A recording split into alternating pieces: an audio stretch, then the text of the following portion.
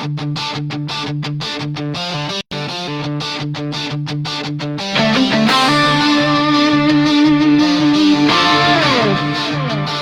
is for the ones who were raised on gasoline dreams, for the lug nuts holding tight to the wild red line scenes, for the families, the drivers, the wrench turning crews, for the chrome, the smoke, and the ones who refuse to lose. Where horsepower meets heart, yeah, that's who we are.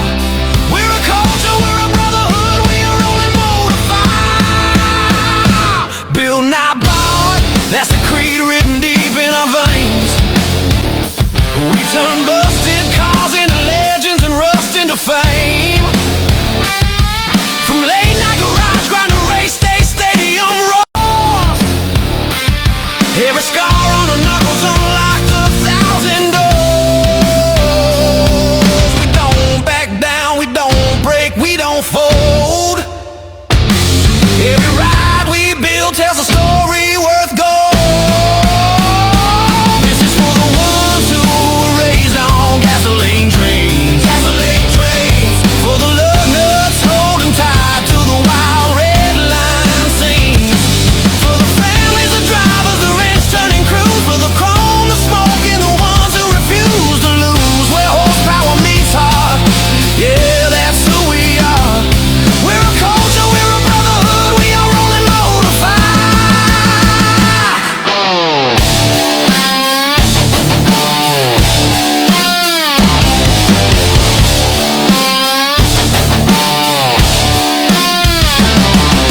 here's to the nights when the world said slow down, but the engine said no and we stood our ground.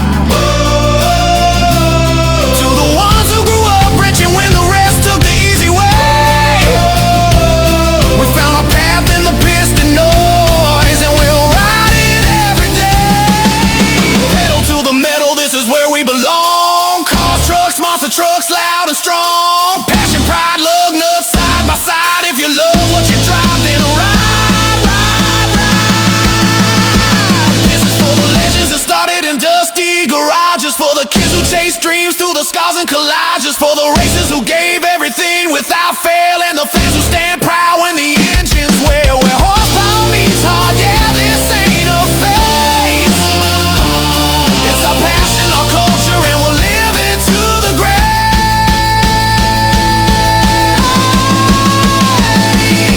Pedal to the metal, forever in our veins. So look out, we're only getting louder from here. Nothing built strong was ever built out of fear. The road is wide open and the fire won't slow, because this isn't a hobby, this is the only life we know.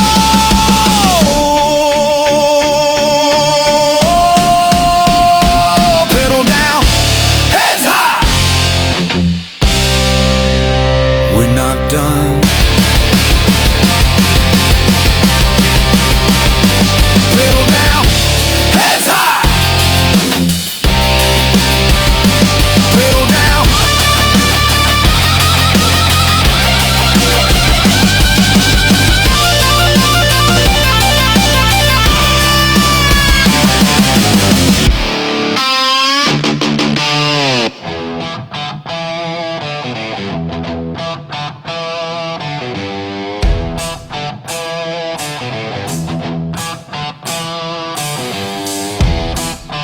Ladies and gentlemen, welcome to Pedal to the Metal, the podcast where horsepower meets heart.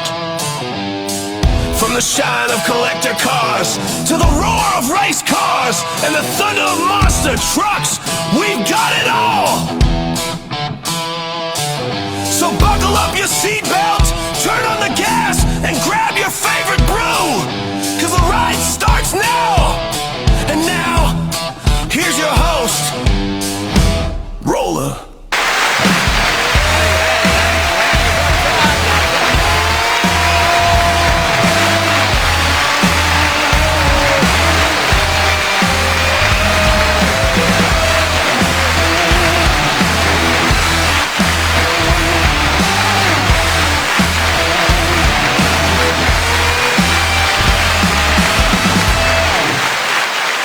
road.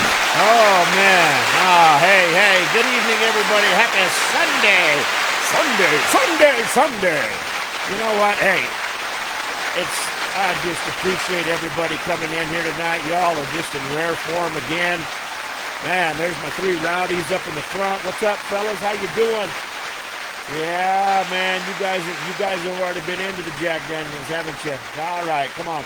Let's bring her down a little bit. Let's bring her down here. Bring her down. Let's just wait and save that for Lindsey, man. We're going to have us a great show tonight. So I'll tell you that right now. How's everybody doing out there, man? I tell you what, I appreciate you guys hanging out. We got Karen's in the house. Sam Ditto's in the house. My cousin Debbie's in the house. We got a whole plethora of people out here, man. And it's just going to get bigger and bigger. Tonight, we got a great show. Tonight, we have a young lady who's going to tell us about behind the scenes of the monster truck world from the perspective of a crew chief. This young lady, she's not timid, man. You ain't going to catch her playing with Barbie dolls unless one of her daughters ask her to. But, man, she started at a young age, and this girl is on fire, man. And then to finish up her career with the bad boy of monster trucks, B.J. Johnson, the Gas Monkey garage car. These two built that truck by themselves, and just, man, what an honor that would be. And number one, we got to say one thing right now. Lindsey, we're so sorry that you have to put up with BJ. No, I'm telling you what, my brother BJ, man, I walked through fire for that guy. So naturally I have to walk fire through for Lindsey, man, because she's family too, man. And you know, we have never met. We've talked a little bit here and there, wished her happy birthday or happy anniversary or something like that. But we have never met.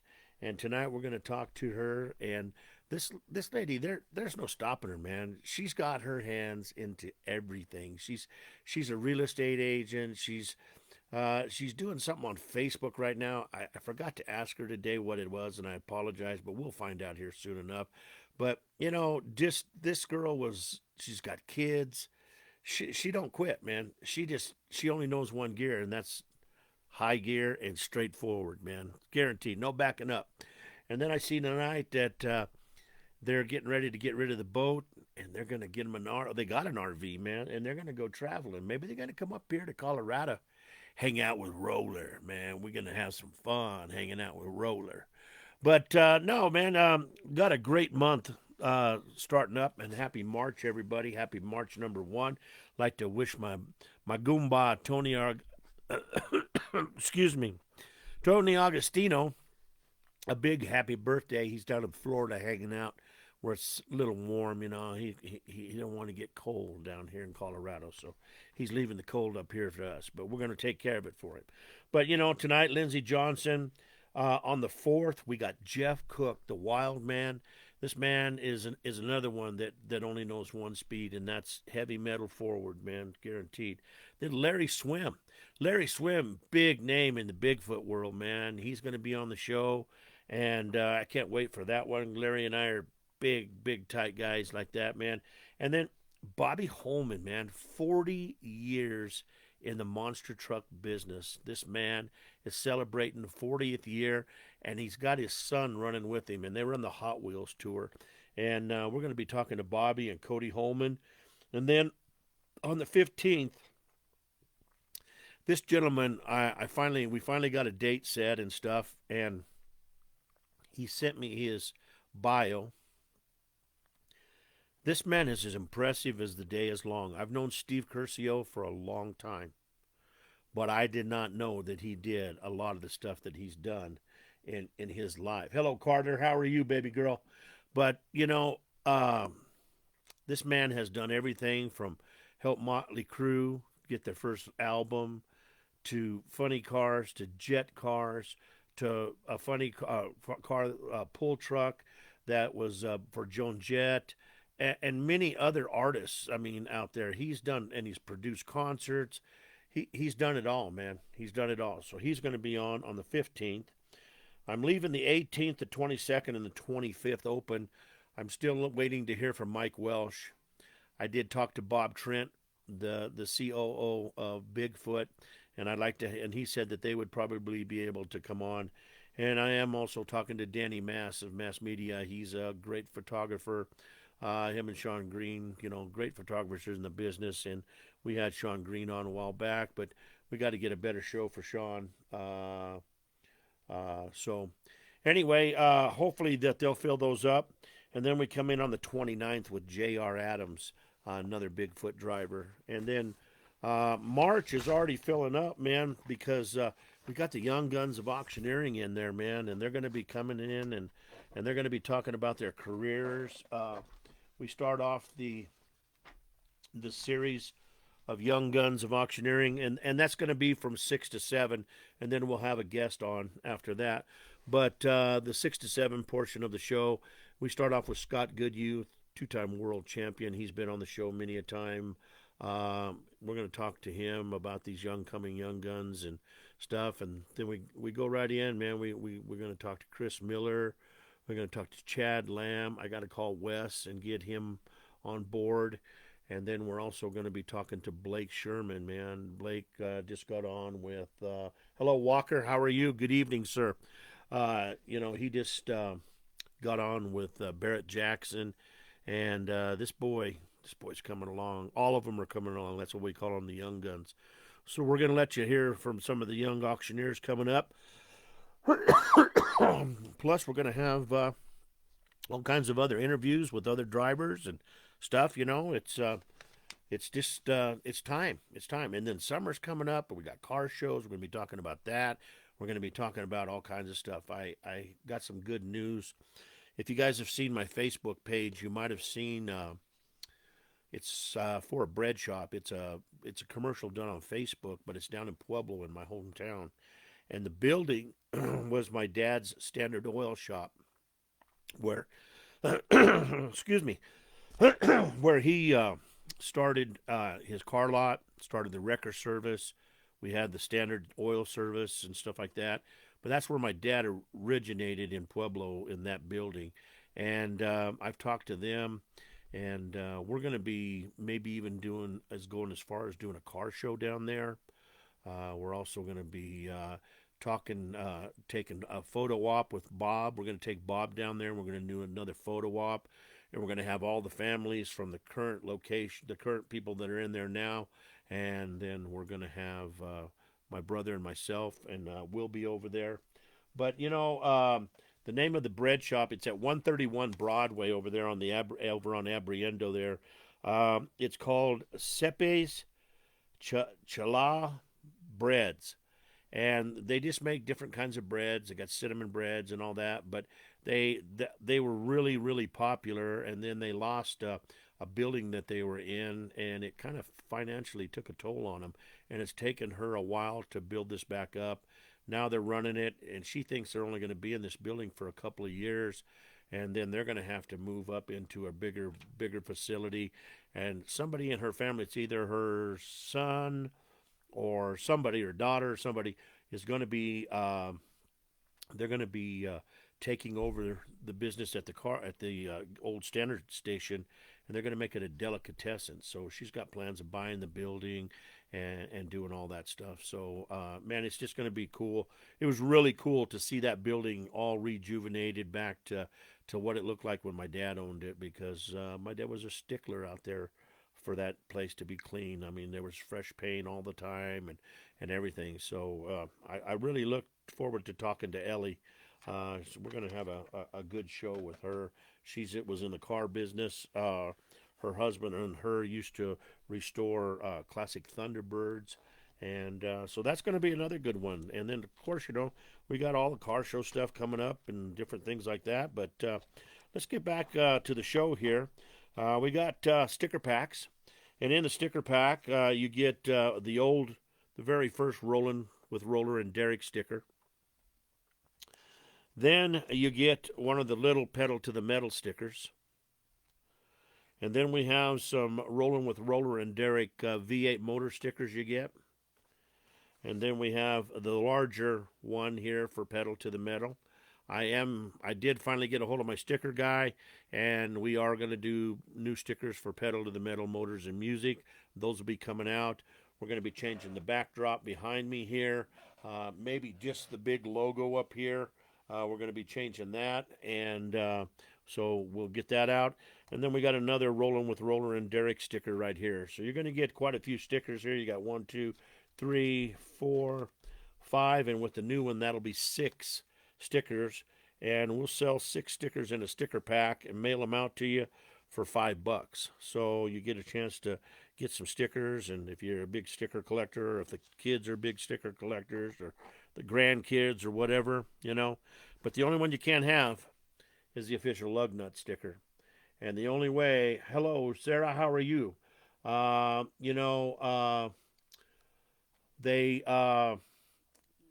have to do an interview, and you have to be interviewed by Derek and myself, which is Rolling with Roller and Derek during the summer at the car shows, to get your official lug nut sticker. So look for us at all the upcoming car shows and stuff like that. So we'll keep you abreast of where we're going to be, what we're going to be doing, how far we're going to be traveling. The motorhome's out there. It's ready to go. We got to get the bottom half wrapped and get all the new decals and stuff on it. Family had a lube shop in St. where I grew up, and now it's a deli, and they keep a lot. Oh, yeah. Well, great. Dirt, hope all is well with you, sir. You know what? I appreciate you chiming in. I hope you stay for the show. It's going to be, and please call me Roller, because my dad was the sir. I like to be called Roller. So welcome, Sarah. I really appreciate you coming in and chiming in. And those old deli shops are going to be cool to go to. So we're going to do that. But hey, car show season's right around the corner, right? And you know what time it is. It's time to get that metal print or the show board. And the only way you can get one made is contact my buddy, Texas Rich, at c10americamagazine.com. And he'll make you one of these show boards. It took my display to the next level. I have people stopping by and looking at my truck now and checking it out, reading the story. And this is my show board right here. And Rich made it. It's aluminum metal, and then it has the story. I was in his magazine, and I have the story right here from the magazine article on my metal print right here. And he does this type only for the people that are in the magazine. But he'll make this size for you, and he'll do it for cars, horses, chickens, whatever you want a show board made. He can make a show board for you. Whatever you're into, he can definitely do that. You make one for your grandkids with your grandkids' pictures on it. Whatever you want. And those show boards come in 11 by 14, 16 by 20, and 20 by 30. And if you want to get a hold of him to get pricing and stuff and exactly what you have to send him, all you have to do is contact him at Texas Rich at c10americamagazine.com. That's Texas Rich at c10americamagazine.com. And I'll tell you that one more time in here in just a minute. And he can tell you all of what he has to have to create your show board, tell you the pricing, tell you everything. But I tell you what, if you're interested in getting into the show board with getting into that show board and having it for your display, you better get in now, because he's already got a bunch of people in the queue. That's what he calls it, in the queue. And he can tell you exactly where you're at in the queue and stuff. And you become part of the queue once you pay, and once he receives your 2 paragraphs, one about you, one about your truck, and at least 15 pictures of different shots of your car. And he wants you to take the wide ones. He'll crop them himself, but he don't want you cutting off a bumper or anything like that. He wants your vehicle in there. And you got to do some motor shots and some interior shots, the bed of the truck or the trunk of the car or whatever. But whatever show board you're going to get made, he wants a good full picture on it. And you can do that with any camera out there nowadays, especially the ones on the phone. So anyway, that's Texas Rich at c10americamagazine.com. Get a hold of him. Tell him Roller sent you, and you can you can find out about those metal prints, okay? If you're looking for glasswork here in the state of Colorado, especially up in the Denver area, I don't know exactly how far Art will travel, but Arch Auto Glass is the company that I use all the time. Art has been a friend of ours for a long time. When I was in the car business, he fixed all the windshields in our cars and stuff. He has a mobile service. He'll come right to you, no matter where you're at. He'll do the job right there on the spot. When he's done, he cleans up. There's no trash. There's nothing left behind. He dusts off the dashboard. There's no garbage up on top of your dashboard or anything like that. And he guarantees it not to leak or anything like that. So it's Arch Auto Glass. His name is Art, and his phone number is 720-296-8635. And if you mention the show, you just call him up and say, hey, man, I heard about your glass company on Pedal to the Metal Motors and Music. He'll give you 10% off installation, man, and that's pretty cool.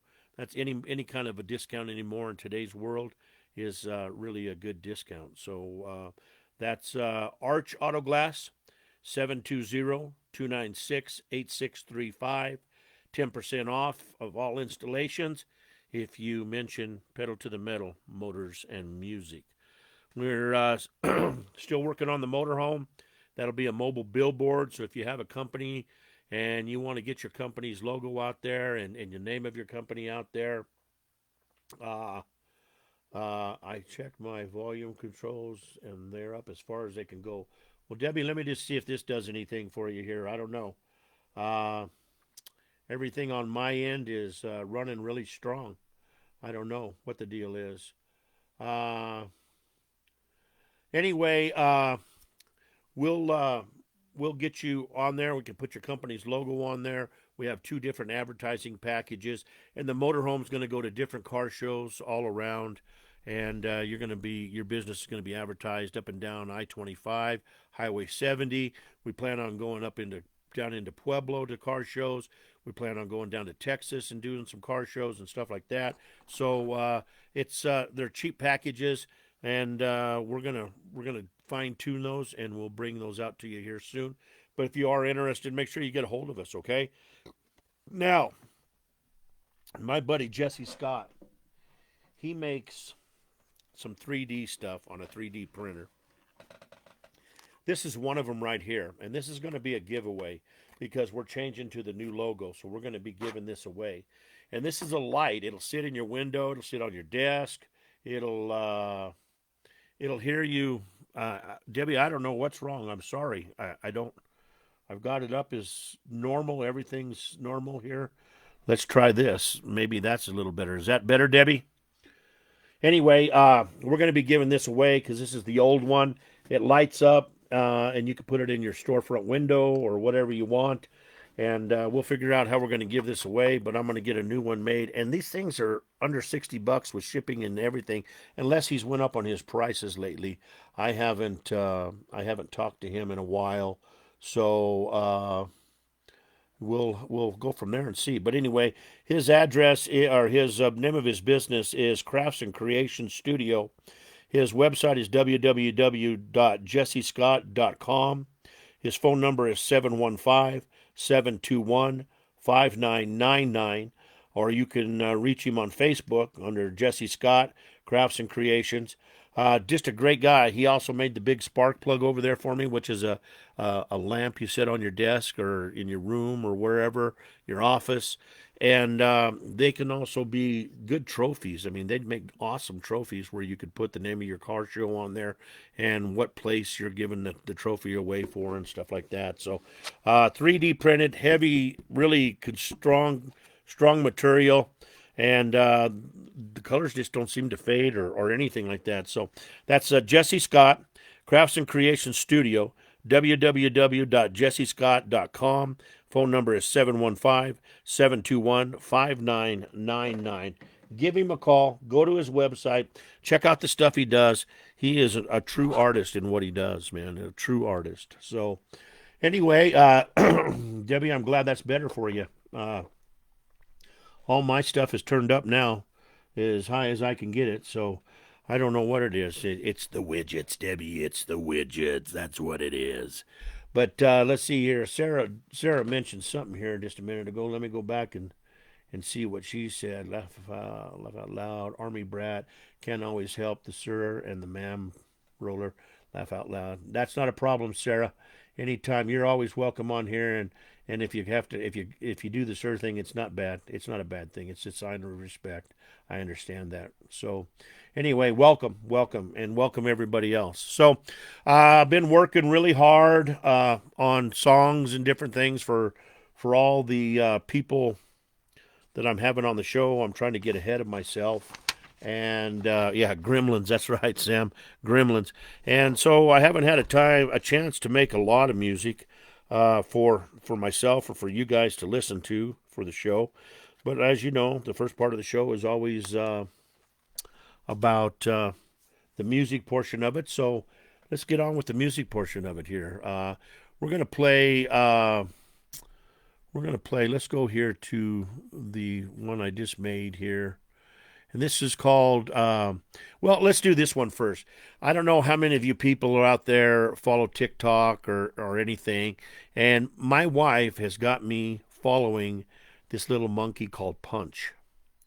And it really is the cutest little monkey I've ever seen, because he has a little stuffed animal with him all the time. And his mother just didn't want him, so she was real mean to him. And all the other monkeys were mean to him. And he has really clung on to this little stuffed animal. And then plus there's a couple of people that work at the zoo where he's at that really protect him and stuff like that. Anyway, this here is a song that I made for her, and this is about Punch the monkey. We'll be right back here on Pedal to the Metal, Motors and Music.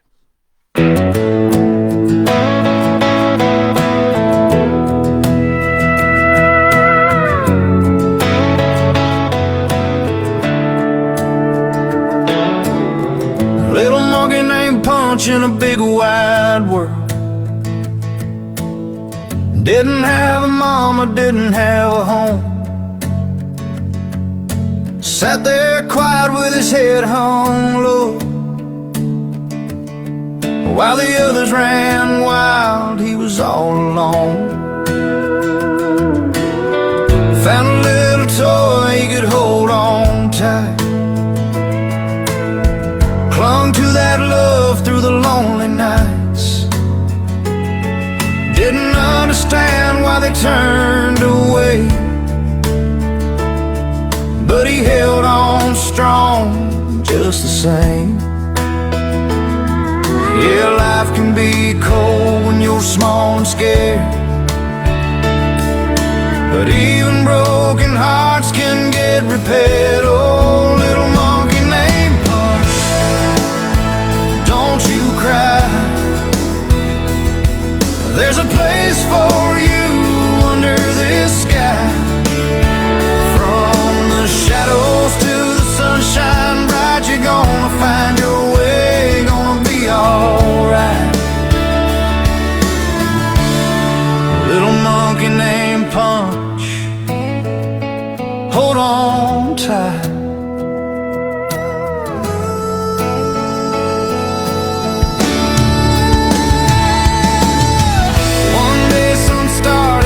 Change, a friendly face, no fear, no shame.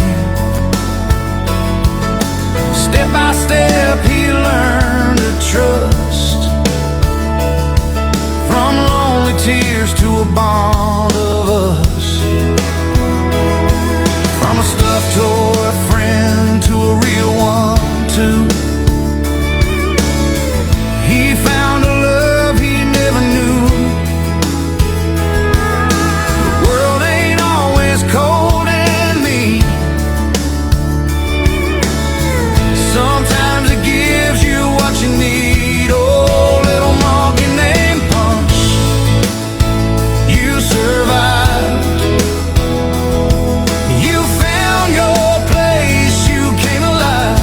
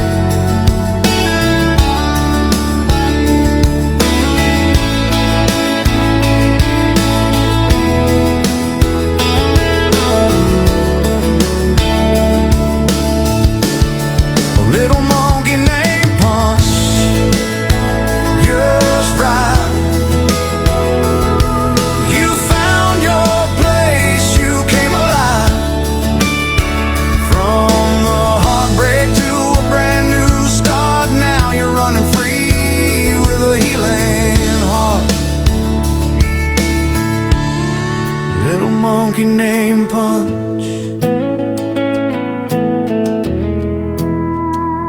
You're strong.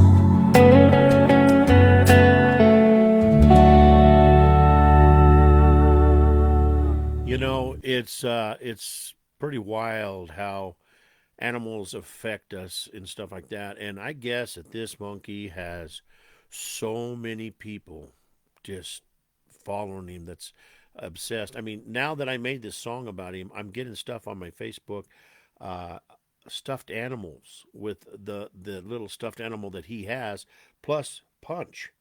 And Sarah, so are we. We're definitely dog people for sure. I'll guarantee you that. So anyway, I gotta admit, he's got me following him because now he used to just walk around with his head down all the time, and he was so bummed out, man. Just a little guy, these other monkeys are picking on him. I want to go over there and rough him up, I don't believe in animal abuse, but don't be messing with Punch, man.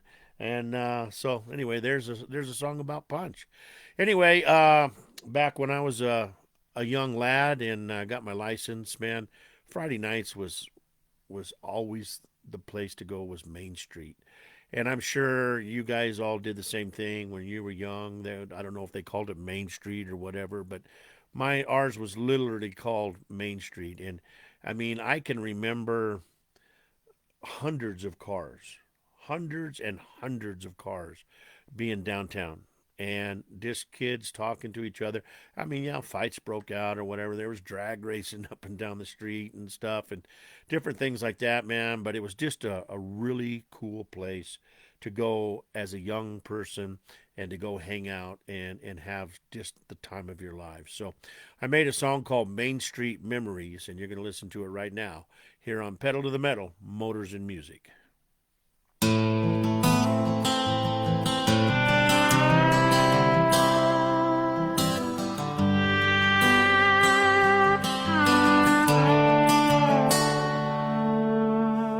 Friday night, small town glow, neon buzz and the radio low.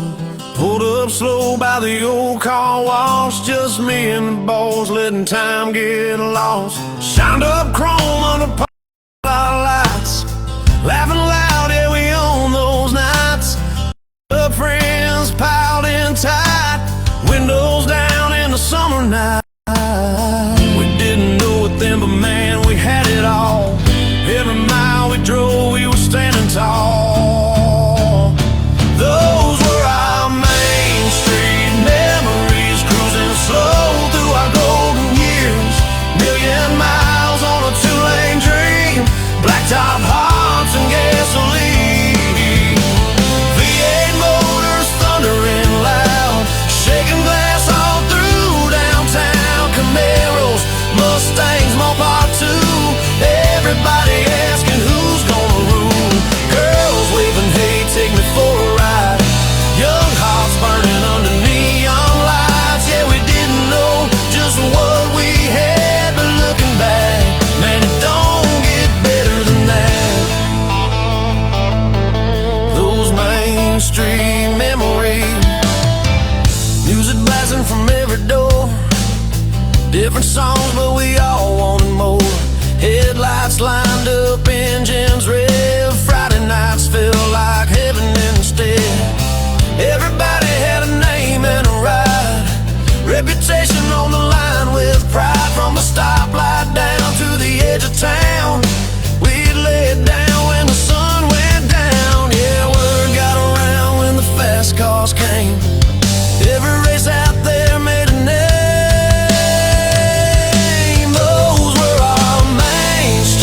Memories cruising slow through our golden years. Million miles on a two-lane dream, blacktop hearts and gasoline. V8 motors thundering loud,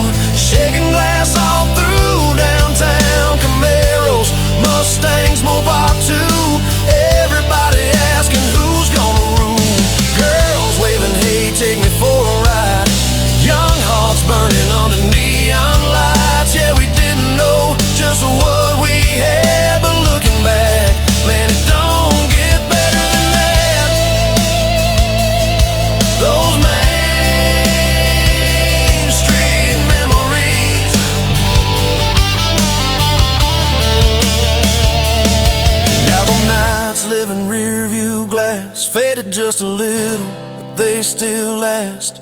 Every laugh, every turn, every street light glow, still riding shotgun in my soul. Yeah, those Main Street memories still running wild inside of me. Million miles, but I go again, just to be back there with my friends. V8 motors rolling through time, still hear that thunder in my mind. Camaros, Mustangs, Moped pride, still hear echoes when I close my eyes. Girls waving like time stood still, and somehow deep down it always will. Yeah, we didn't know just what we had, but those were the best days we'll never get back.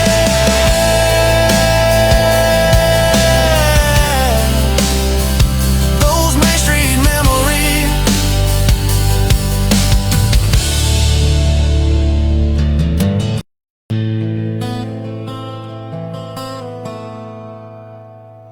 There you go, Main Street memories. How I would like to go back there every once in a while, just to remember all the good times we had, and back in my '69 Camaro, and it was just so much fun, man. So, our next song up is off of my my Latin crossover album, and that's right, for you folks that don't know, I did make a Latin crossover album. I don't speak Spanish, but my AI program does.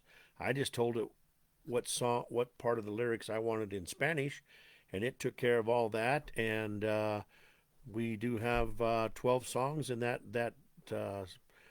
album. So if you're looking to buy it, all you gotta do is get a hold of me, or just go to the website. The website's out now. It's www.pedaltothemetalpodcast.com. You can order shirts off there. You can order CDs off there. It has a direct link to the Monster Truck Hall of Fame. It's it's got all kinds of information there. If you want to be on the show, it has a form you fill out, it submits it to me. I look it over. If I think it's worthy of the show, then we put you on the show, give you a show time and date when you're going to be on. So the website is out, and it is happening. So that's www.pedaltothemetalpodcast.com. And man, it's out there, and use it, man. You don't have to go searching all over for the swag anymore. But anyway, this next song is called Caribbean Blue, Caribbean Blue, I'm sorry. And this is about a guy that was walking down the beach one night, and he seen a young lady that had long black hair and blue eyes, and one of the most beautiful women that he ever seen, man. And this is kind of all about them meeting on the beach. So we'll be right back here with after you listen to Caribbean Blue.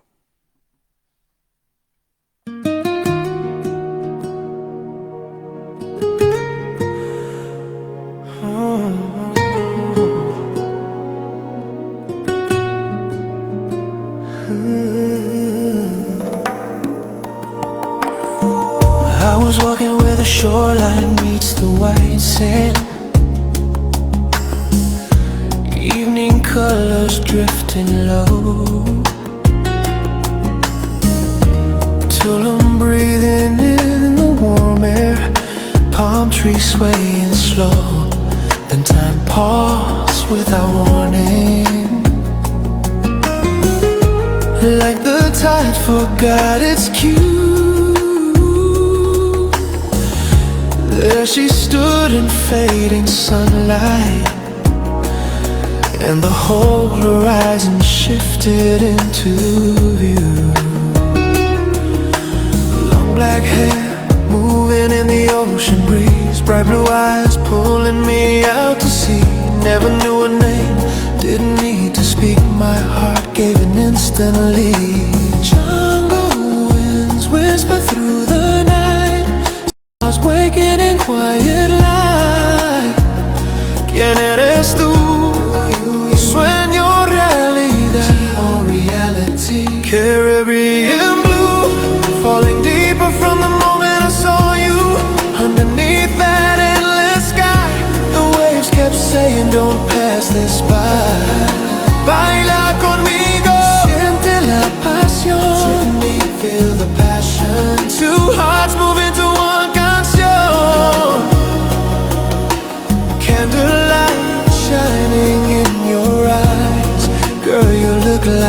paradise.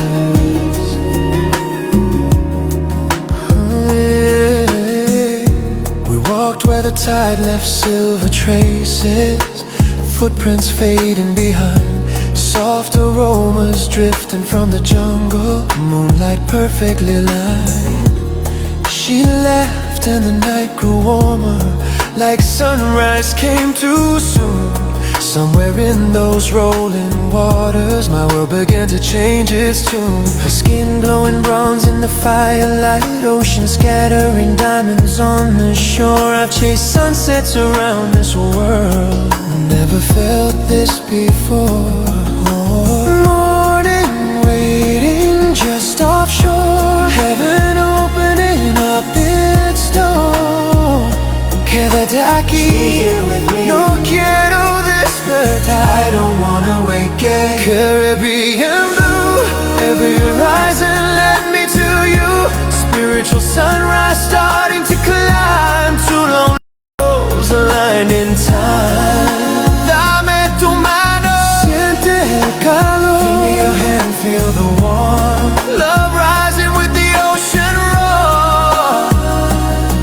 If forever lives anywhere, I found it there. Waves keeping time with our hearts, destiny playing its part. Esta noche cambió mi vida.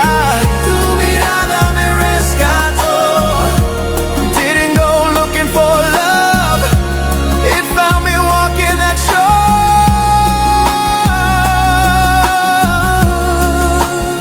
Caribbean blue, at night heaven let me meet you.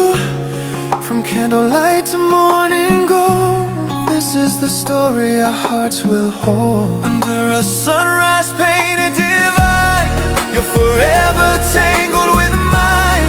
Tulum nos regaló este amor, a moment eternal.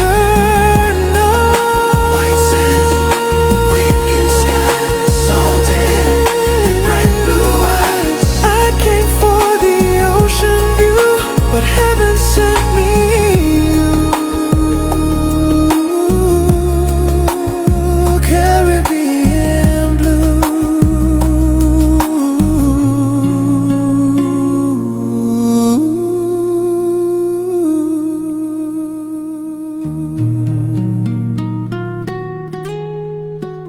There you go, Caribbean Blue right here on Pedal to the Metal.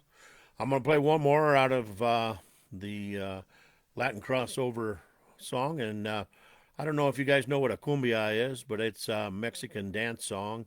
The first time I ever heard of it was growing up in Pueblo, and go to a lot of those weddings and stuff down there, and man, everybody, when the cumbia music comes on, it is dancing time, baby, dancing time. So here's Cumbia Jukebox right here on Pedal to the Metal, Motors and Music.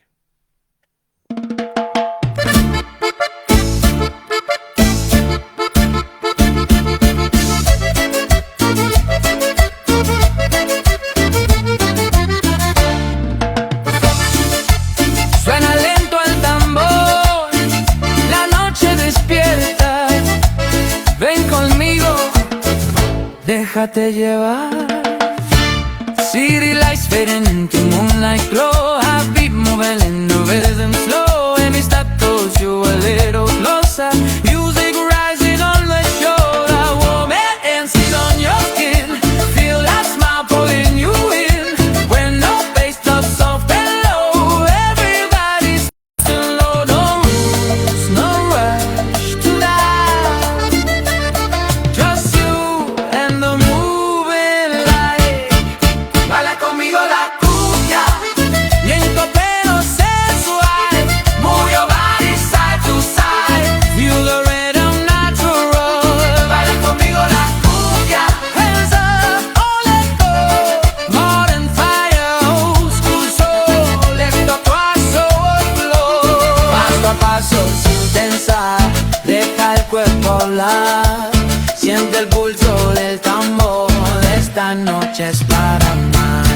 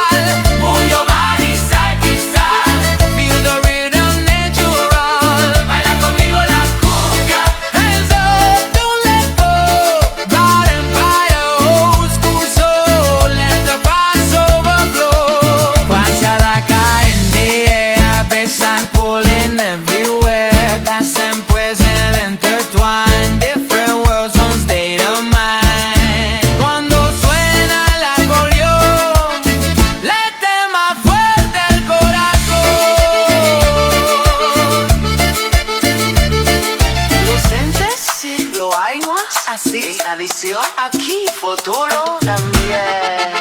Baila conmigo la cumbia, déjala correr.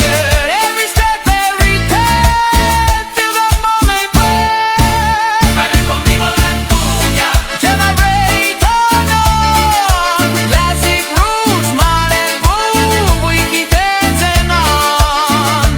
Suena el tambor, la noche sigue viva, cumbia en el corazón.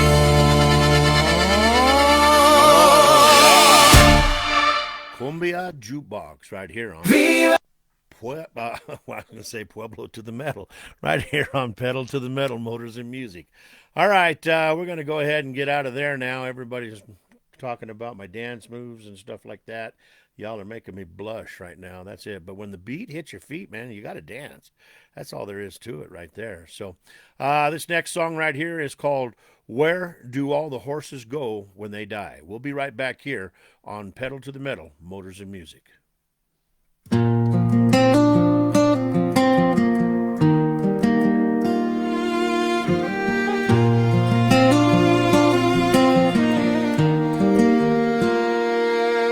I remember the day you were born and the way you looked me in the eye.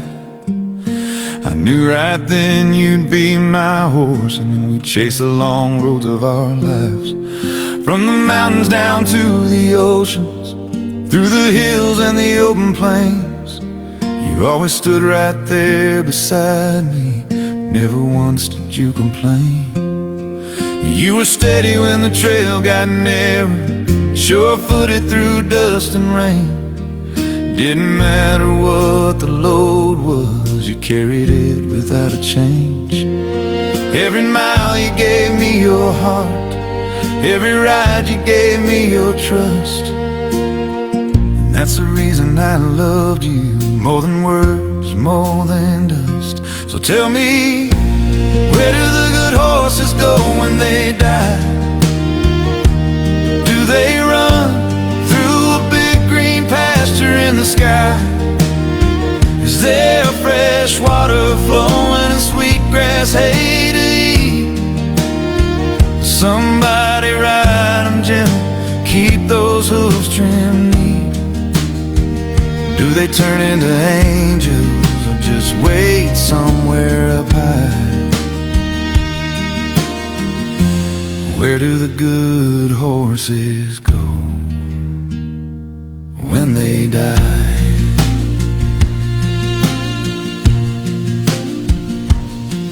When the barn feels quiet at sunset and your halter's hanging on the wall, I swear I still hear your hoofbeats like you're answering my call. You gave me more than miles and memories, more than the wind and the rains. You gave me a piece of your soul, and I'll carry that till the end. Maybe heaven smells like leather, and the earth is soft and white, where the fences never bind you, and the trails don't ever end in goodbye. So tell me, where do the good horses go when they die? Do they run through forever beneath open skies? Is there cool shade in the summer, warm stalls when it's cold? Do they feel every ounce of the love they once showed? Do they weigh with a saddle and a soft knowing eye? Where do the good horses go when they die? If you're waiting on some high trail with the sun low and the air just right, save me a place in that saddle. We'll ride again one day into the light.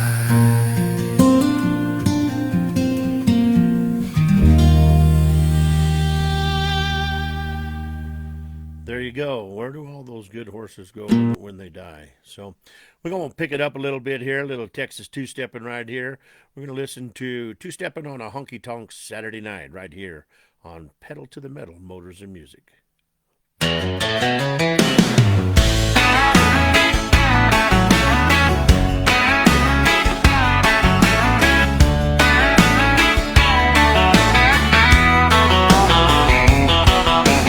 Working all week just for the weekend, punching clocks, counting down the time. Me and the boys, yeah, we're all leaning toward a jukebox and a neon sign. The girls will be there looking sharp and dressed just right. New outfits glowing under neon light, looking for a belt buckle they can make shine bright on a honky-tonk Saturday night. Screen door swings and the smoke rolls in, bar stools scrape on a hardwood floor. You can feel that buzz right under your skin, like you've been here 1,000 times before. Yeah, we're two-stepping on a honky-tonk Saturday night. Band fires up, man, it's feeling just right. Cold beer clinking under sawdust lights, hearts beating time to a fiddle tide.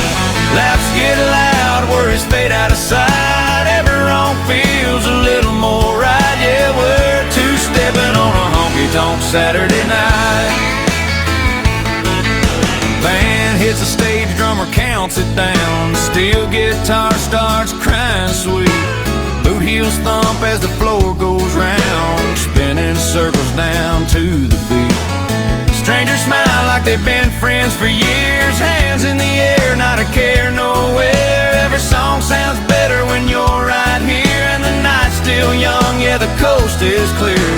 Bartender grins, pours another round. Someone laughs at an old inside joke. That little red dress is spinning me around under them lights and a little bit of smoke. Yeah, we're two-stepping on a honky-tonk Saturday night. Neon humming like it's holding us tight. Long week gone by, the second chorus hits. Yeah, this is as good as it gets. Hands held close, boots moving just right. Every dream feels with inside. Yeah, we're two-stepping on a honky-tonk Saturday night. Ain't nobody checking clocks anymore. Ain't nobody thinking about Monday blues. If there's heaven hid behind a screen door, it probably sounds just like this tune. Fiddle screams, crowd yells one more song. Sweat on the wall, but we don't mind. Hold her close while the night rolls on, trying to slow down time. Yeah, we're two-stepping on a honky-tonk Saturday night. Band still playing like it's the last light. Boots worn down, but the spirit's high. Moon hanging low in a Texas sky. If tomorrow comes, it can wait outside. 'Cause right now, man, we're doing it right. Yeah, we're two-stepping on a honky-tonk Saturday night. Door swings shut, but the memory's tight. Still humming that song in the morning light. Yeah, me and the boys will be talking about that honky-tonk Saturday night.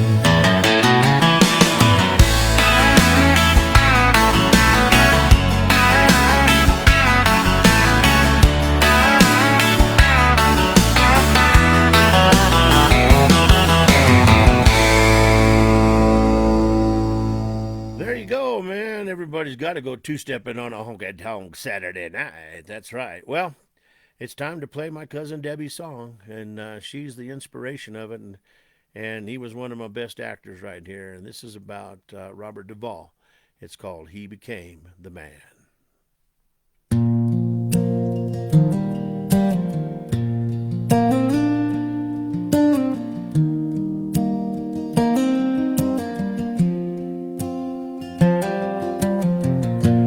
Born out west in San Diego sun, 1931.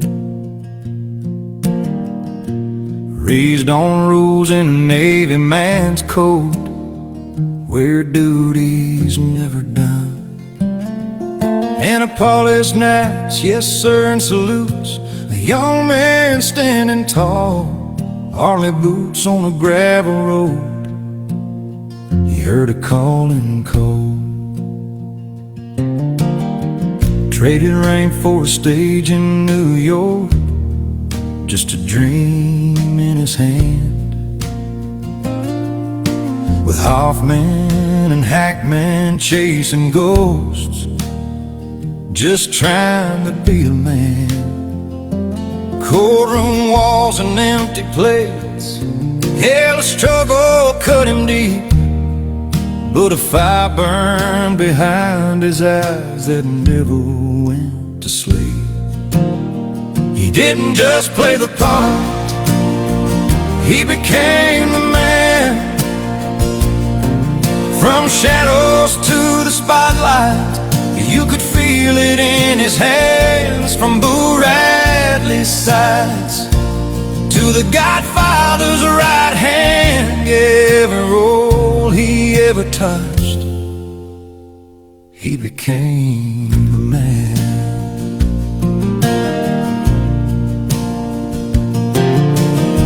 First they saw him stand real still, didn't need a single line, but the world felt something shift that day in 1962's time.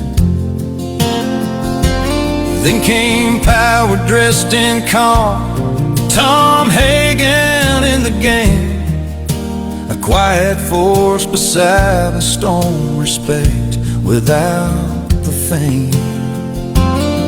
Then the sky lit up in fire, smell of napalm in the dawn, Kilgore riding through the chaos like a war that never's gone. He didn't shout to steal the scene, he just stood his ground.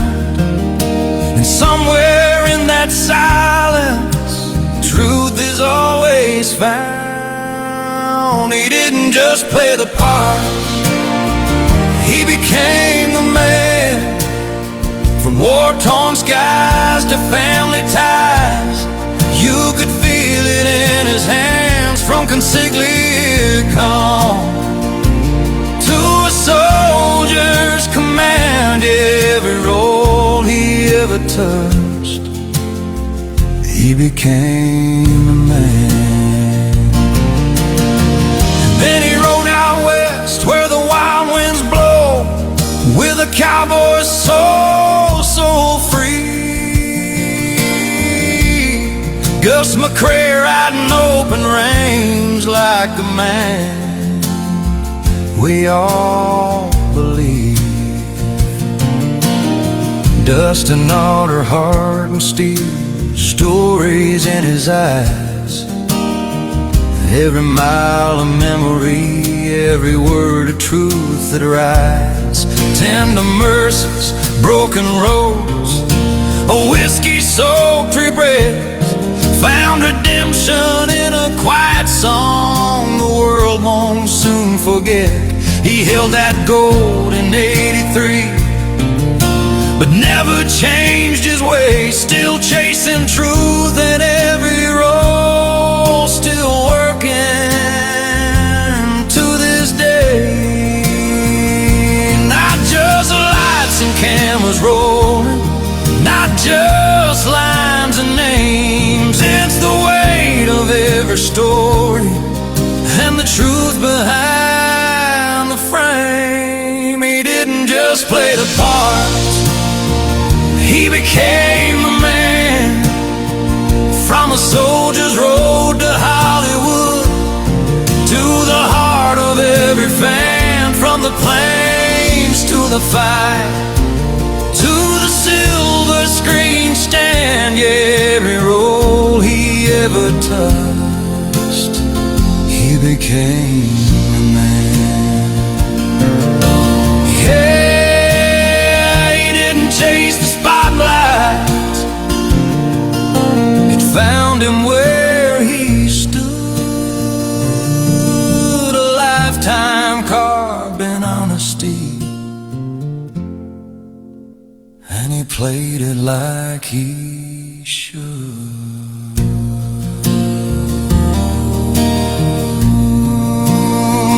He didn't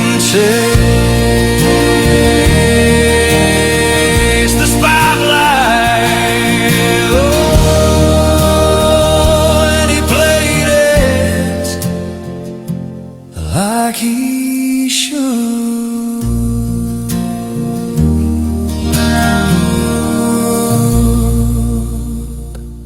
That man was an amazing actor, man, and we're losing a lot of good ones. Anymore you watch these new movies out, and I'm always asking my wife, "Who's that? What has she played in?" I don't know who that is, but anyway. This next song goes out to my brother, and by the way, hello Texas Rich, hello Wayne. How are you tonight? Kathy Musso, how are you doing, young lady? I appreciate you guys tuning in.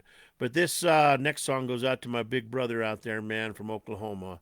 This is about him. It's called Sam Ditto Heavy Wristed.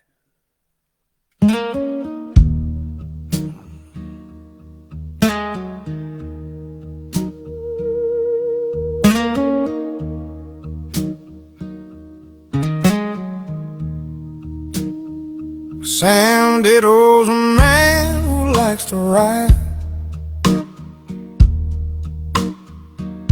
hands on the grips, throttle twisted wide. Never argued being called heavy-wristed. That engine talks and he always listens.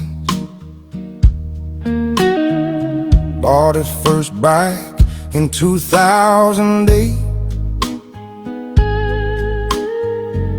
Texoma Harley sealed his fate. Old soft-tail, pearl, white and blue.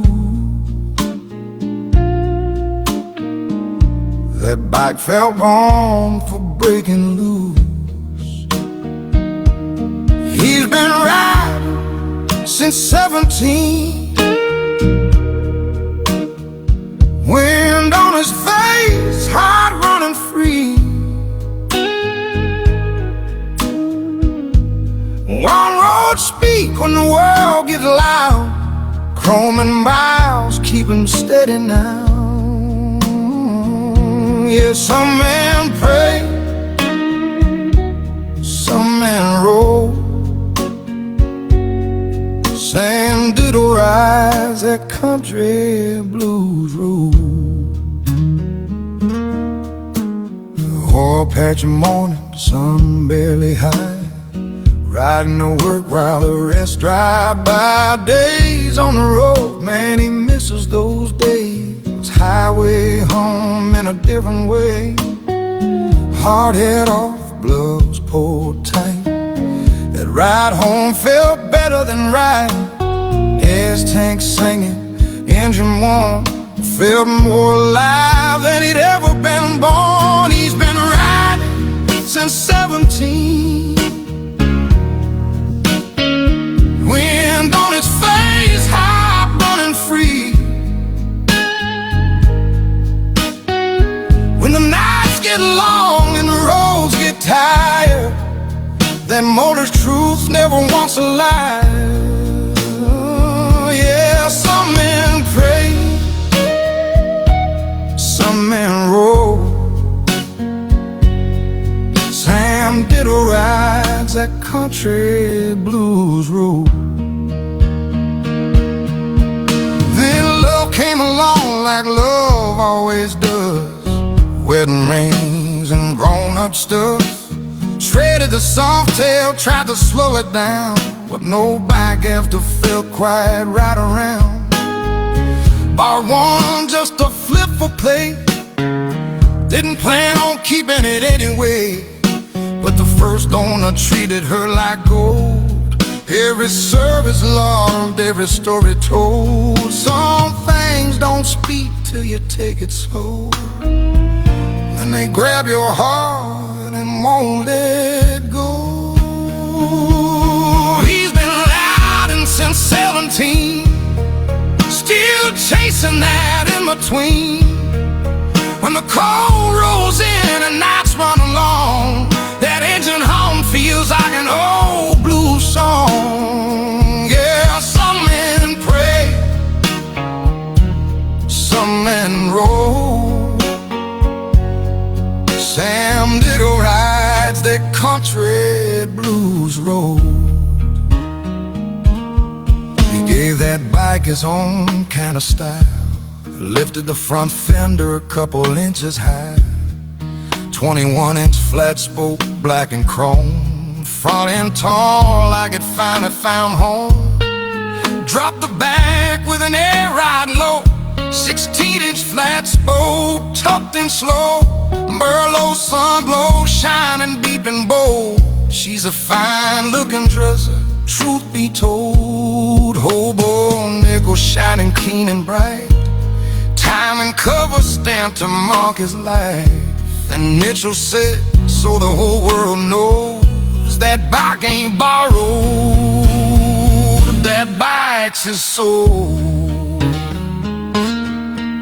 I ride all I can till the cold sets in.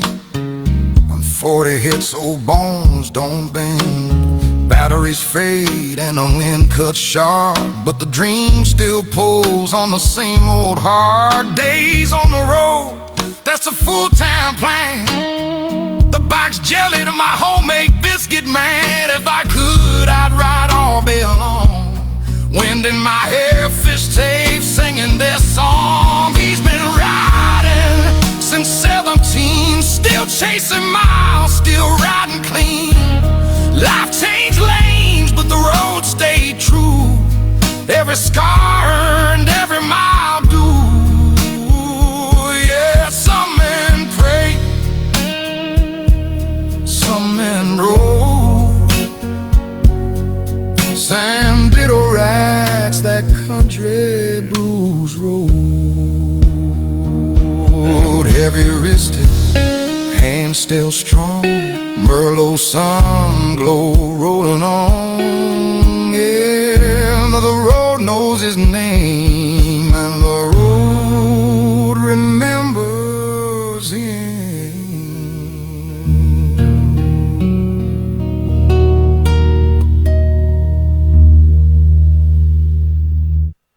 There you go, man. There you go, my brother Sam. There you go, man. The only thing I think I should have put in at the end of that was a little harmonica, man, just there at the end to kind of just give it that sweet tone. But Kevin Dickey, thank you for putting that up there, guys.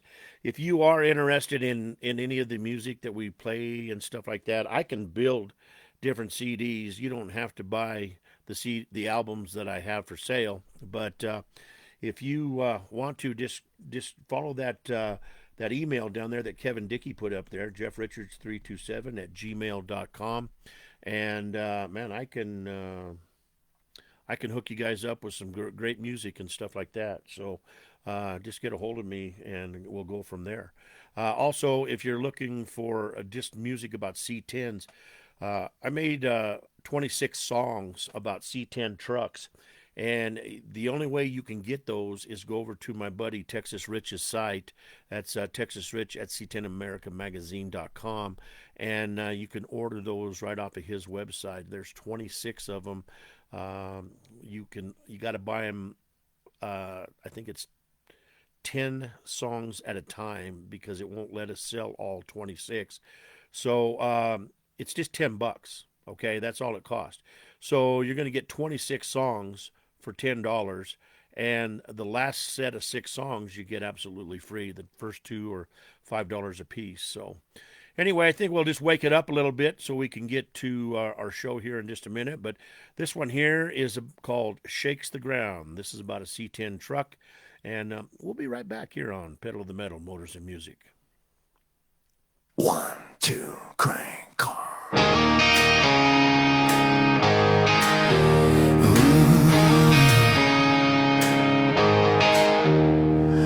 Chrome jaw set in the daylight glare. White stance mean like it don't play fair. Pain so deep it bends the sun. Every line says this truck ain't done. Big motor breathing through open steel. Cam loops hard, yeah, it's raw and real. The crowd goes quiet when the key turns slow. Then the whole damn street says, here we go. Hands over ears, hearts beat loud. When it fires up, it draws a crowd. Yeah, this C10 don't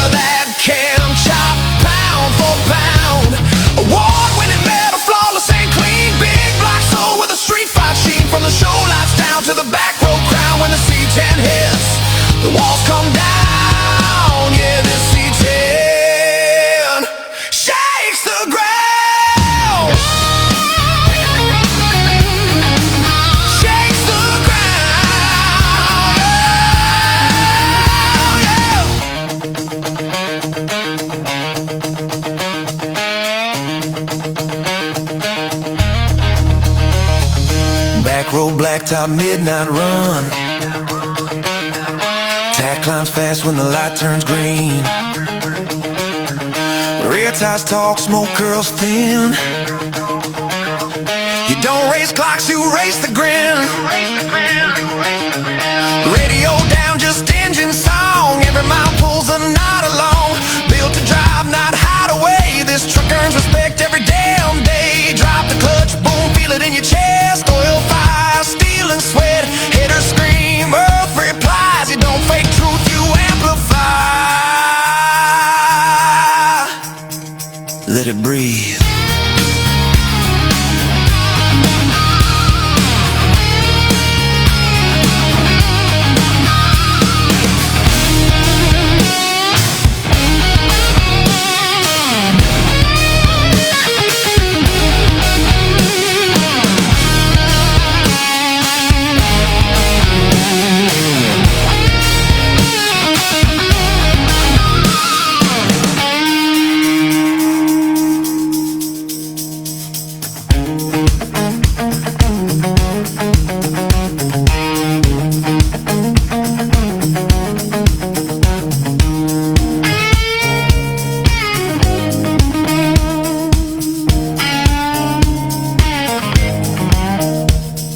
Heavy blue soak bends, sustain over groove. No speed tricks, just muscle and attitude. Turn it up one more time. This C-Town don't whisper, it shakes the ground. Hear that big motor tear the silence down. Built, not bought, every star learned. Profit of smoke, every bridge earned. From the asphalt scars to the neon crown. When the C-10 rolls, the earth bows down, yeah.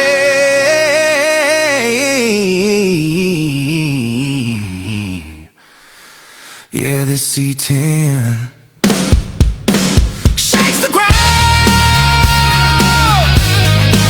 Shakes the ground, yeah, yeah. Shakes the ground.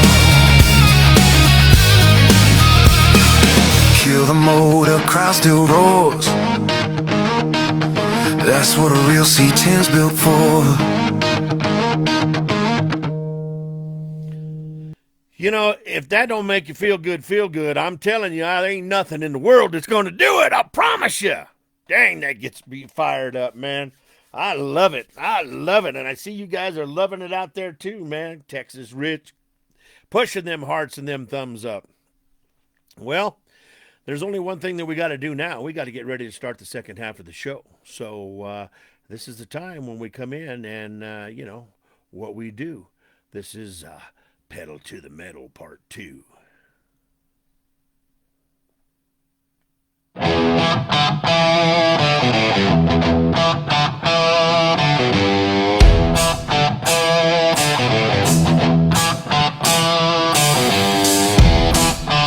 Ladies and gentlemen, welcome to Pedal to the Metal, the podcast where horsepower meets heart. From the shine of collector cars to the roar of race cars and the thunder of monster trucks, we've got it all. So buckle up your seatbelt, turn on the gas, and grab your favorite brew, 'cause the ride starts now. And now, here's your host, Roller.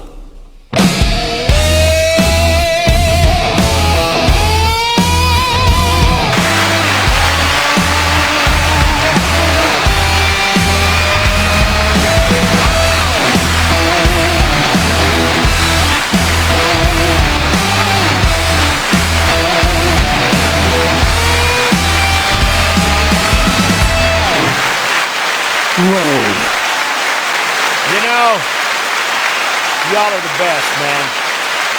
You all are the best. I guarantee you that right now. They just handed me a note from the box office. Get this. 8,700 people in the audience tonight watching the show, man. A new record. 8,700 people in the audience tonight. The mezzanine's full. I got the rowdies up front. They got everybody out there getting them fired up. The waiters are serving drinks over there, man. It's a party in the house. That's what it's all about right there. 8,700, a new record for Pedal to the Metal right here in the studio right here. Guys, I'll tell you what, if you missed the first half, you missed some good dancing, you missed some good singing, you missed some good bantering between the people back there, and even the girls made me blush. Yeah, they did. They were telling me that I had good dance moves and stuff like that and made me blush. Yeah. Oh, my goodness. I'll tell you what, guys, we got a great show tonight, man. We have we're going to get the backstory on what it's like to be in the monster truck business from behind the scenes. The person that keeps the driver's truck going. And this happens to be a young lady by the name of Lindsey. And Lindsey has got a great story. And Lindsey happens to be married to the bad boy of monster trucks, BJ Johnson. And when I first talked to her, of course, we had BJ on here a while back, and I told him, I said, dude, I got to get Lindsey on because I know she has a awesome story. And when I finally got to talk to Lindsey or text her, she goes, no, not me. I don't want, no, who, me? No, I don't want to be, I don't have any kind of story. She's just so humble, man. She's just great. She don't really like to do interviews that well, and I'm so glad that she's taken the time to hang out with old Roller here in the house, and we're going to have a good time, man. We're going to talk to her about new motorhomes to all the way down to the wild man, the bad boy, Mr. BJ himself, man. We're going to find out a little bit about everything, about what it's like to be in charge of setting up a monster truck and the things you have to go through, plus the things you have to go through to build a new monster truck. So, it's 7:08. We'll give her a few minutes just because I told her we'd call it 7:15. So we'll give her a few minutes and stuff like that. But, once again, guys, car show season is amongst us, okay? Car show season is right around the corner. And if you're looking to take that new display of yours to the next level and show that car off, you got to get a hold of my buddy Texas Rich, man. He does these metal show boards, and they're getting so popular that he had to create the queue. And the queue is a position, and he can tell you exactly where your metal print's at, if it's being created, or, hey, you haven't sent me your pictures, hey, you haven't done your paragraphs yet, or, hey, you haven't paid for it, very important, or it's being created, or it's at the shop getting made, or, hey, I mailed it out to you, you should get it in a few days, man. It's amazing. But the thing is, the queue is getting longer and longer all the time. Last time I talked to him, I think there was 12 people waiting to get prints made, and it's probably gone up by now. But you can get these metal prints or metal show boards in the sizes of 11 by 14, 16 by 20, and 20 by 30. Now, he makes a show board, and the show boards are what you see at the car shows. They're the big boards that sit out in front of the cars and stuff, and they only come in a 20 by 30. But I'll tell you what, man, if you want to take that display to the next level, listen to me, because my truck, people looked at it, but they never really took the time to stop and really walk around it until I put up my article, because I was in issue number 5 in his magazine, C10 America magazine, and he made me an 11 by 14, and the prints, this show board our metal print that he made me, you can only get this style if you're in the magazine, so you really can't get like what he made me. But he made this right here for me, and this thing here has changed my display immensely. Now they stop and they read the story about Bob, and they find out exactly why Bob looks like the way he does. And then they go and they walk around it and they check it out. And I got so many people coming up to me and say, I'm from Pueblo. I remember, your dad's station, or hey, I'm from Pueblo, I've heard of the station, or different things like that, So uh, right here is the answer. Right here, this draws them. It draws them like a magnet. They're metal. They're made out of aluminum. They're scratch resistant. I imagine if you took a nail and went across the front of it, you could probably scratch it, but you're not going to do that. And all you got to do is a little Windex, wipe them off, and they're ready to go, man. They're just ready to go. So if you want a metal show board or a metal print, all you have to do is get a hold of Texas Rich, and that's Texas Rich at C10America.com. Get a hold of him. He will, yeah, that's Texas Rich at C10AmericaMagazine.com. Okay, that's exactly right. But he can tell you the pricing. He can do all that stuff, man. And I'll guarantee you what, these things will last forever. They really will. So make sure you do that. Well, let's go ahead and call Lindsey and get her on the show. We're going to be 4 minutes early. I hope she doesn't get mad at me and hang us up on me. And she says, "No, you call me back at 9:15. That's what time it is where she's at." So let's see here.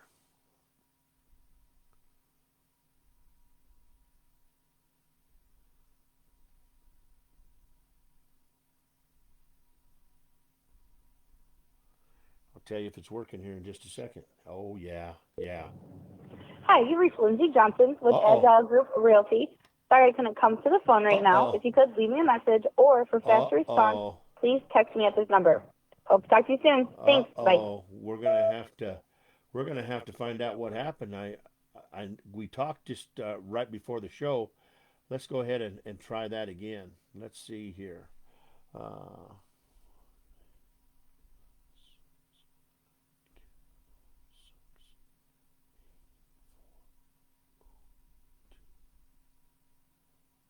We'll try it again. If not, there she said. Hi, if you record your name and reason for calling, I'll see if this person is available. Hello, hello. Hello, hello, hello. What's up? What's up, girlfriend? Hey, how are you? Sorry, I put my phone on Do Not Disturb so that it stops text messaging me, and I totally forgot it would tune you out. Hey, it's all good. I'm used to it. It's no big deal. My bad. Yeah. Hey, number one, thank you so much for being on the show. I know you're not a big interviewer, and as an old ex-announcer, you were always the ones that I wanted to find, because I love to chase you down and really get in front of you and say, "Come on, please give me an interview." And I tell you what, you have a great story, and I'm glad you're going to share it with us. Yeah. No, I'm happy to be a part of it all. I'm excited. I was definitely the girl that took off running. I remember at one of the shows, Ted Nowitzki was one of the Monster Jam announcers, and he literally had me cornered by one of the monster trucks in the pit party and would not let me leave until I did his interview. And he's like, "See, that wasn't so bad. Just talk to me like a friend." And it slowly grew on me. It does. Larry Quick was the same way when he first started driving for Don King. He'd get out there, and he was one of those guys like, "I don't know what to do with my hands. I don't know what to say, And I just told him, I said, "Just talk to me like we talk in the pits, or like we talked before the show." And it works out really good. I find that there's no need to send you a bunch of questions on what I'm going to ask you, because we always find the next question in the interview that we're doing from the previous question. So I just roll with it and go from there, Yeah. No, it's easier that way. That way you don't get in your head trying to make sure you answer every question. Exactly, because I'll forget, and then I'll freeze, and then I won't know what to do with my hands. You know what I mean? That's why I'm happy we're not actually on camera. You don't have to worry about my hands. So let's start out, as a little girl, and then just kind of work our way all the way through your life story of how you became, crew chief and all that. But let's start out as a little girl, and you hung out with your dad and your grandpa, and you always were playing in the mud. And I'm going to let you take it from there. Yeah, so I guess I was never the girly girl. I was always just kind of one of the tomboys that just kind of did my own thing almost. I always loved the dirt bikes, the four-wheelers, just playing in the mud, doing random stuff, I guess. I was never the girly girl wearing the dresses or playing in the pink glittery stuff. Uh-huh. So growing up, my grandparents had a cabin up north on I don't even know how many acres, but we would go up there on weekends, and that was like our only vacations was going up there, riding dirt bikes and playing in the woods. And then as time gone on, my dad ended up doing like a lifted Chevy up on 44. So then we would take that to different sand dunes and different mud bogs, and it kind of like I don't know, it just sparked something else in me because I never got into sports. So even though my friends liked it, I would go, but I never saw the excitement. It was never interesting. Right. But getting on a dirt bike, being free, or just playing in the mud, like it just, you're somebody else. It was fun to me. It was like my little alter ego I would always have on the weekends. Right. And I find that makes life so much better, that you're not such a routine person where Yeah. I got to go to practice, I got to do this, I got to get straight A's, I got to have all this, Yeah. in line. I think the way that you grew up is an awesome way, and especially for a young lady. Yeah, no, it was definitely awesome. It was one of my favorite things just because I've always been the person like you can't judge a book by its cover. Nobody Right. ever expects me to be who I am or have the stories that I have just by looking at me. So I Right. think I really enjoyed that. I was a straight A student.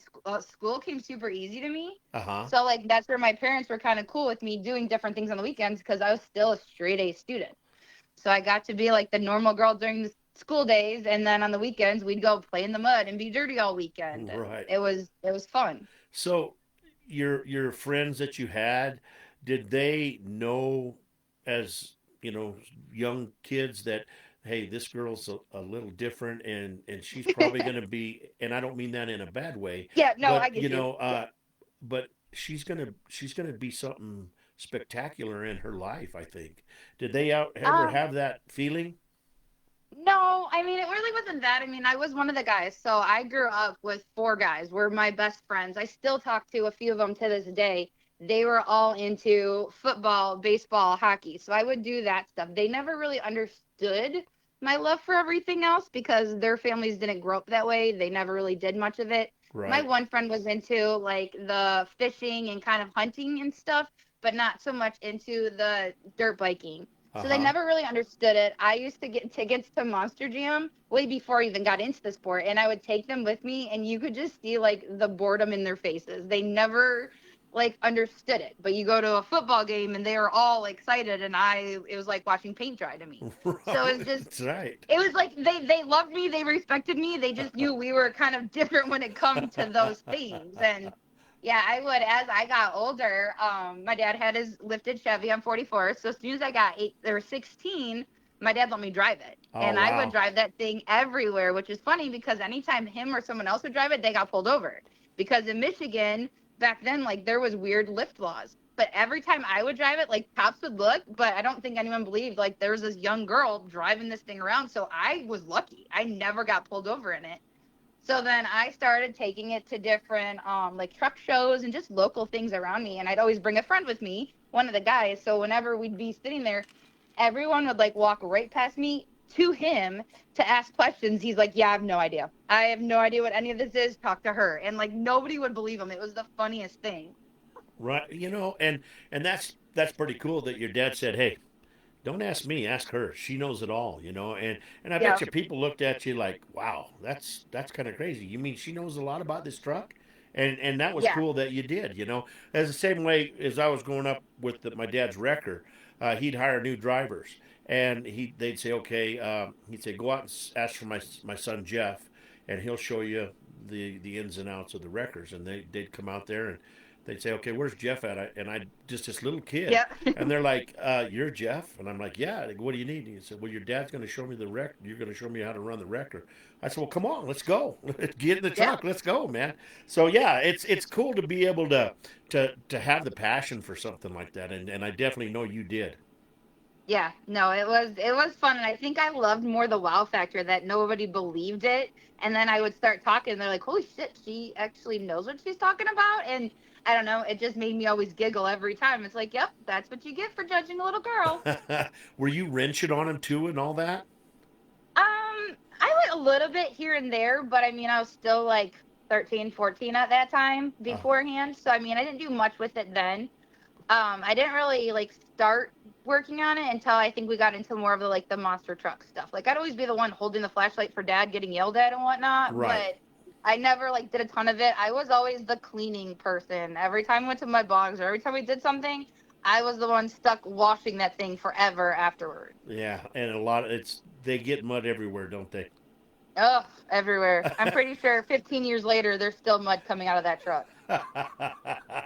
Does he still have the No. truck to this day? He does. Oh, Yep. how awesome! Yep. Uh, I d- keep trying to convince him to give it to me, and he won't. well, I would imagine someday you'll end up with it. To be honest with you, I Right? just have a feeling in By my then, my it'll be a bones. rust bucket, though. We'll just Uh, make but our own. but guess what? You get to redo it and make it nice again. Right? You know, Yep, and you happen to exactly. know how to do that, don't you?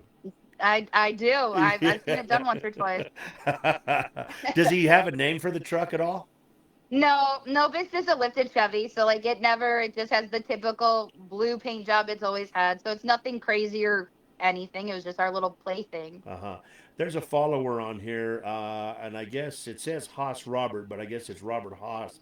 He says, I remember when you and BJ, Kevin King, and his wife rode in my monster truck at the Iron Horse, something I'll never Yeah. forget.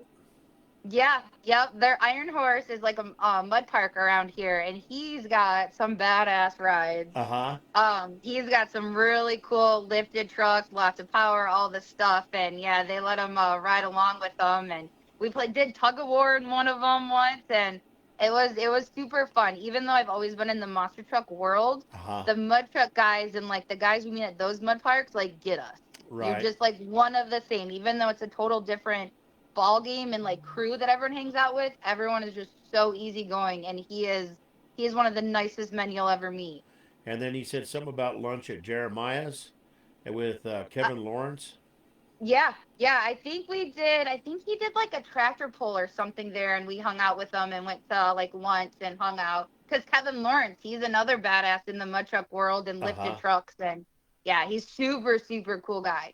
And their whole crew is just so amazing to talk to, and it's weird. Like nobody ever understands the whole monster truck world. I think just motorsports in general, like we are just a different breed. But at the Right. same point, you can jump in and talk to any of them without really knowing them and just feel like you click. Like you just know each other so well. And that's how that whole gang was when we met them the first time. They're just the sweetest people. Yeah, Lindsay, you speak so much truth in that because you set up the interview. You and BJ set up the interview between me and Kevin King, and Hmm. I remember one show that Kevin King was at when he was running with the big guy Rob French, and Yep. so I don't remember him that much. So we did never really had a conversation or anything, and the show was like these two guys had been at every show together their whole life, Hmm. and we just got along so good, and we laughed, and I was Yeah. stressing a little bit because I didn't know, I mean, this guy's on Monster Jam and stuff. Is he going to really want to talk to me, and stuff? But God, it was the best. It was one of the greatest shows that I Yeah. did, and it was because you guys, But you're so right. We Yeah. used to do a lot of mud shows when Stanley Torgerson had his company, and those guys, man, I can remember barbecues and all Yeah. that stuff. It was just such fun, and you see them 5 years down the road, and you pick up right where you left off. Yeah. Yeah. And that's how it is with everyone. Like Kevin is the best. I've known him, gosh, since I was like 16 years old. We've been all over the place together, and we don't see each other for years, and then next thing you know, like we're talking to him like he was just here. He's always our hurricane escape route, and we always go up there. He came down for our baby shower. He just was here for BJ's 50th birthday party, and Kevin is just the coolest dude ever. His whole family is absolutely amazing. We'll take the shirt off of his back for you. And yeah, he's truly truly amazing dude. I knew Yeah. you guys would get along just fine. Oh, it was great. It was a fun interview, and he said he'd come back on at any time. But Yeah, yeah, he told me about I don't know if you listened to the interview or not, but I did. I mean, the times are coming up there for the hurricanes and stuff like that, Yeah. and what a trip! You got to leave your state. I mean, when we have a snowstorm, all we do is make sure we got a lot of food, and we just stay Yeah. inside. But you guys got to completely leave the state so you don't get blown away. I never knew what anxiety was Uh huh. until the first time a hurricane hit Florida. It was, Actually, it was August of 2017, which was the same year we were getting married at our house. Uh-huh. And the hurricane was headed straight for us. It was probably the most stressful time of my entire life because we were doing the wedding at our house. We had everything. BJ called it my arts and crafts show because he's a dick like that. But I made everything. Like, this was my day. It was Right. special. So like I had all this stuff we're making, and then they're like, oh yeah, hurricane's coming. Like, your whole house could disappear. We're putting our wedding dress in like the dryer, the bridesmaid dress in the washer, because that's what everyone says to do. And it was crazy. And then headed up there, and yeah, Kevin was just the greatest, like calmed us down. And yeah, it was so nice to just be around people that get you, understand, literally open your home, like whatever you guys need, here you go. We took friends with us. We had the dogs. It was a hot mess. And his whole family's like, yep, come on, we're fine. And yeah, it's a good time. So if anyone needs to evacuate, Kevin's got a badass place in Georgia. Well, that's good. I don't think I'll ever have to evacuate to Kevin's house, but I'd love just to go to hang out, just to see what it's like. Yes. And then plus now, and I'm going to jump way ahead to our interview. Now you guys got this cool motorhome, huh? And I do. and it's going to be like you're going to roll to Kevin's house in style. That's going to be cool. It is. Yes. Yeah, it's the coolest thing. My gypsy soul is just screaming in excitement. You don't even understand how happy I am now that we have this and you just throw the kids in and go. I am stoked. Yeah, and the kids, I seen the little video did with the kids.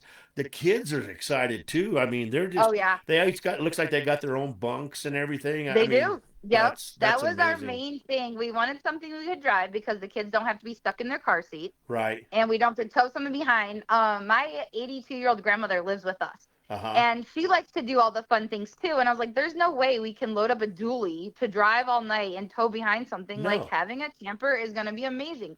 BJ can drive. He's great at being a chauffeur. Sure. So we can just hang in the back, watch movies, and relax and literally go wherever we want. We live in Florida, which is one of the coolest states. There are so many natural like state parks or natural springs and all kinds of cool stuff that we never get to do because it's a long drive with two small kids. Right. By the time we get there, they're over it, and then they're tired on the way home. They don't want to be in the car seats, and it's super annoying.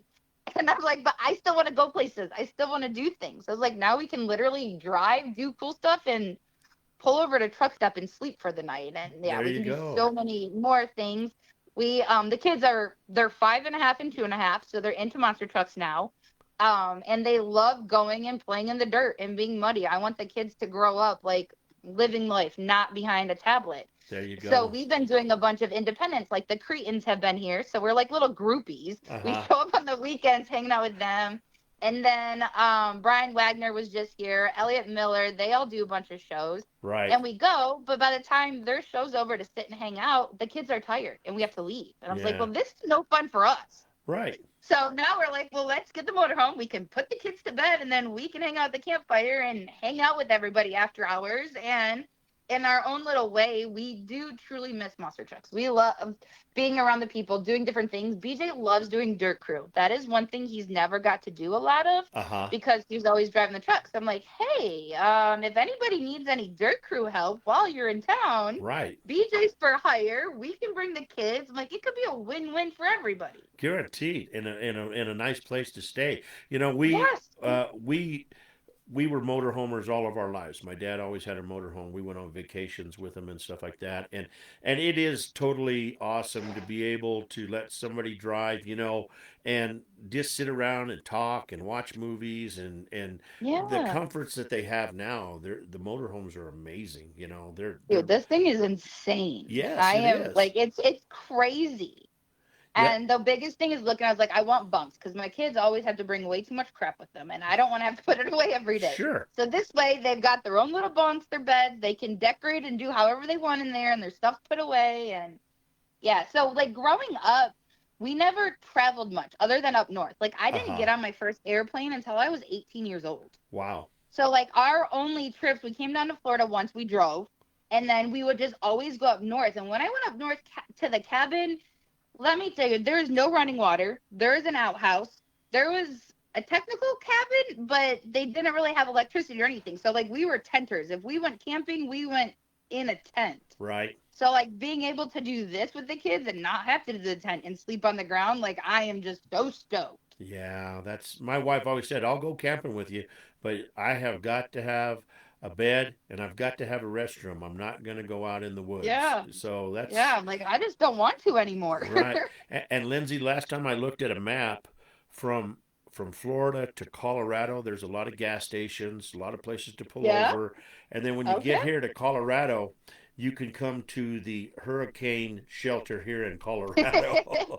Well, one Not trying to take question. stuff away from Kevin, Does it, okay? Because he's in here now. He's in here watching. yeah. And I'm not trying to So take does anything from him. Kevin can come up too. does the Colorado house come with a free babysitter?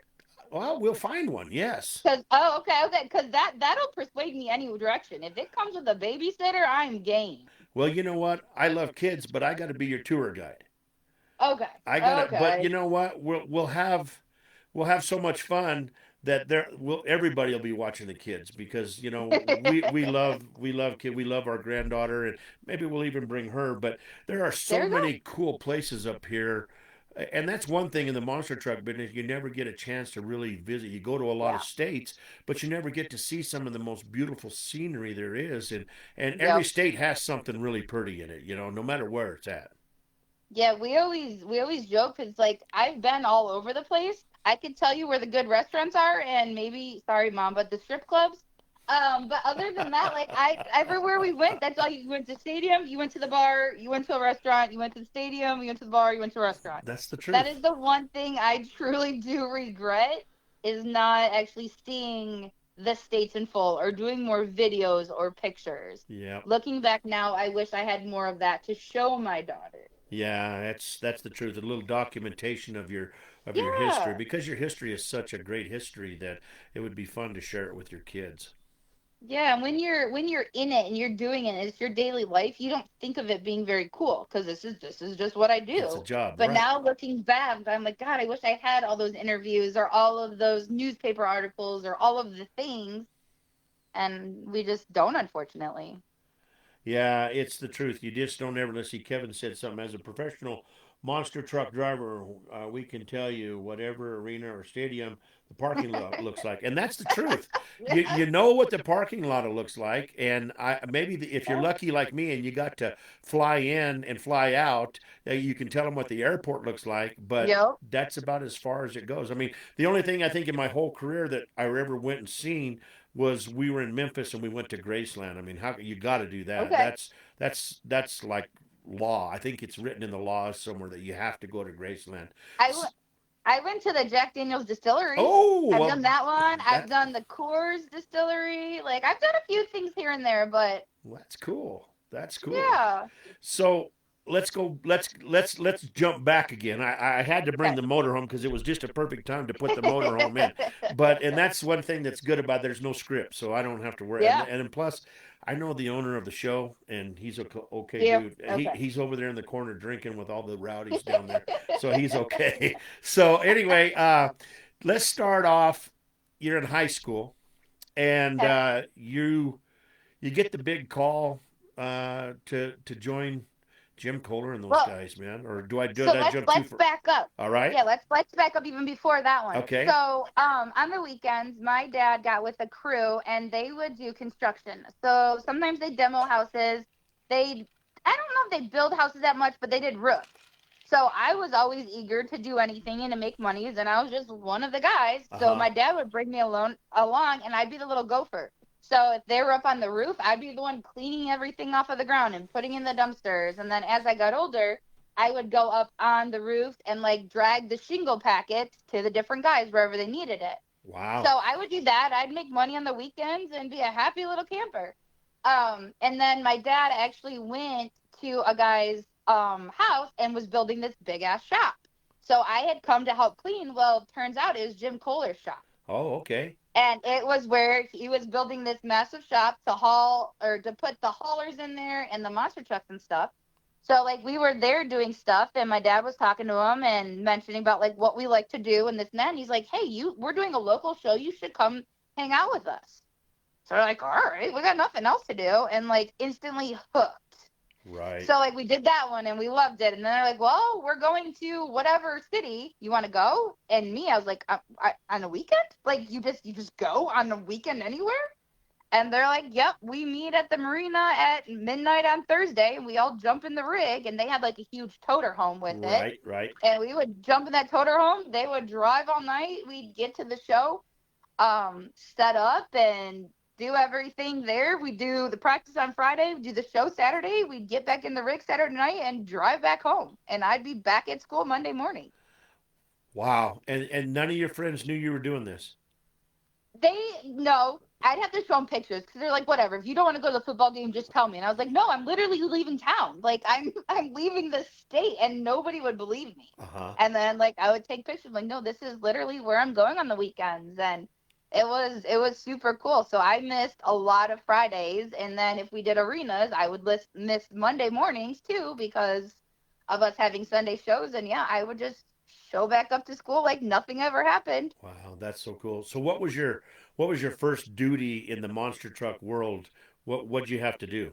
What was your job? A lot just cleaning, like Uh-huh. whenever we'd get there, because so what a lot of people don't realize is Jim Kohler's crew, and back in the day it was Chris Bergeron too. So Avenger and Brutus, Right. everybody has normal jobs. Yeah. Like Jim Kohler runs his family marina. Chris Bergeron runs a plumbing company. Like my dad always had jobs. So like they didn't have crews to work on their trucks during the week. Right. They would literally meet up at Jim's shop at like 10, 11 o'clock every single night during the week, and then work until 3 or 4 in the morning, go home, sleep, and then go to their real jobs. Wow. So a lot of times if we got to the shows, maybe they worked on everything that was truly broken during the week, but they didn't get time to do the oil changes, or they didn't get time to clean the trucks or anything. Right. So when we get there, yeah, I would help tire up and then get to cleaning and making sure whatever else was broken was fixed, or handing out the tools, or just whatever they needed me to do, because I was just this 16-year-old girl that really didn't know anything but was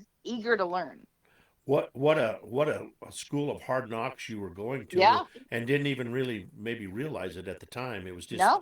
I was getting to do this fun stuff on the weekends, you know.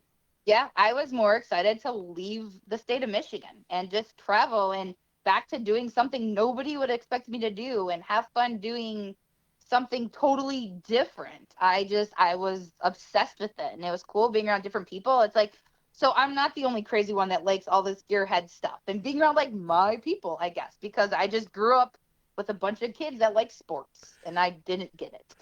And you ran the road there at first with some crazy guys. They were just Yes. awesome drivers. You know, I can remember doing an interview one time, and it was with Jim Kohler, and he come flying up behind me, and he grabbed the top. I mean, I've always kept the microphone. I learned that from the guy that taught me how to announce. Do not give up the microphone. So Jim comes flying over the top of me from behind because I'm like, "Where's Jim? We got to talk to him. He just wanted." He grabbed the top of the microphone and it ripped off in his hand. And he's holding the top of the microphone in his hand, and I'm holding the handle still in my hand, and I'm like, what do I do? You know, I don't know what Yep, to that do. sounds about right. I'm really kind of, and he's just like, all right, yeah, all right, you know, just running 200 miles an hour still, and he's not even in his trunk. He's just in his fire suit. And I started Yep. laughing, and I went over and got the other, you know, you always got to carry a hard-wired mic, and I went over there and got it with a lot of cord, and we did the interview and stuff, but I was just like, you just broke my mic, dude. And I mean, it broke it. There was no fixing it. There was nothing. It was definitely broke. I want to get him on the show sometime and see if he remembers that or not, because the look on my face, it had to be impressed in his mind, because I was just like, dude, you broke my microphone. I don't know How did that even happen? I don't, and he was just like, oh, you know, it was Yeah. good times. But so traveling up and down the road, watching these guys, why didn't you ever get the bug to drive? I don't know. I was just never really like into the spotlight at that time. Like I love being able to work and just being in the background doing my thing. I didn't need the attention. I didn't care. I wasn't ever there to prove myself to anybody else other than to like me. I just wanted to be there and have fun. And I really don't know why I never really cared to. Right. And then I felt like the longer I was in the sport, especially once I got into Monster Jam, like there's just so much political BS and crap. And at one point, someone did tell me that I was just not the image they were looking for. What?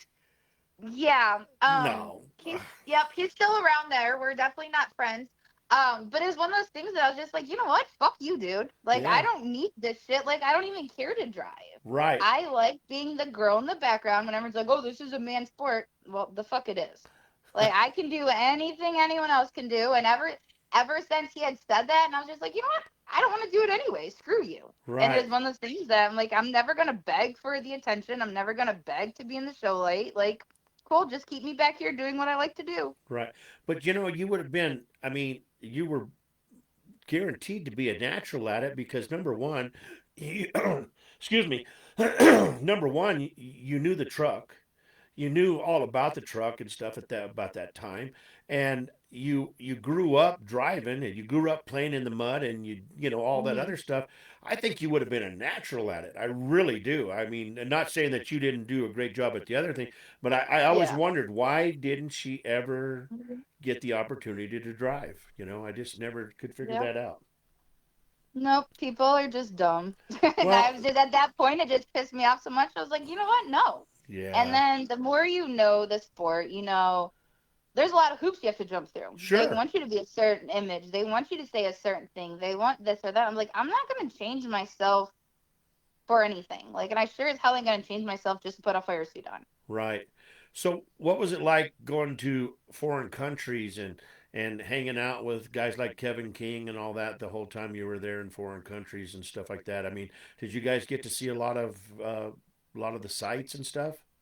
Well, so two different stories there. So when I was with Kevin, though, it was back with Independent, so it was not Monster Jam. Right. And it was cool. The first time they sent us to Chile. Uh-huh. Which, if you know anything about Chile down there, like, I don't. we could not go anywhere without bodyguards. Like, it was not safe. It was not great. The hotel they put us at was amazing. We were allowed to go to the hotel. We were allowed to go right next door to the mall until they found out that what we were there for, and then everyone just assumes monster truck people are worth millions for whatever reason. Uh-huh. So then, like, after that, like, we couldn't go anywhere without our little security guards. So Chile was scary, and then we stayed there for, like, I think a week or 2 weeks.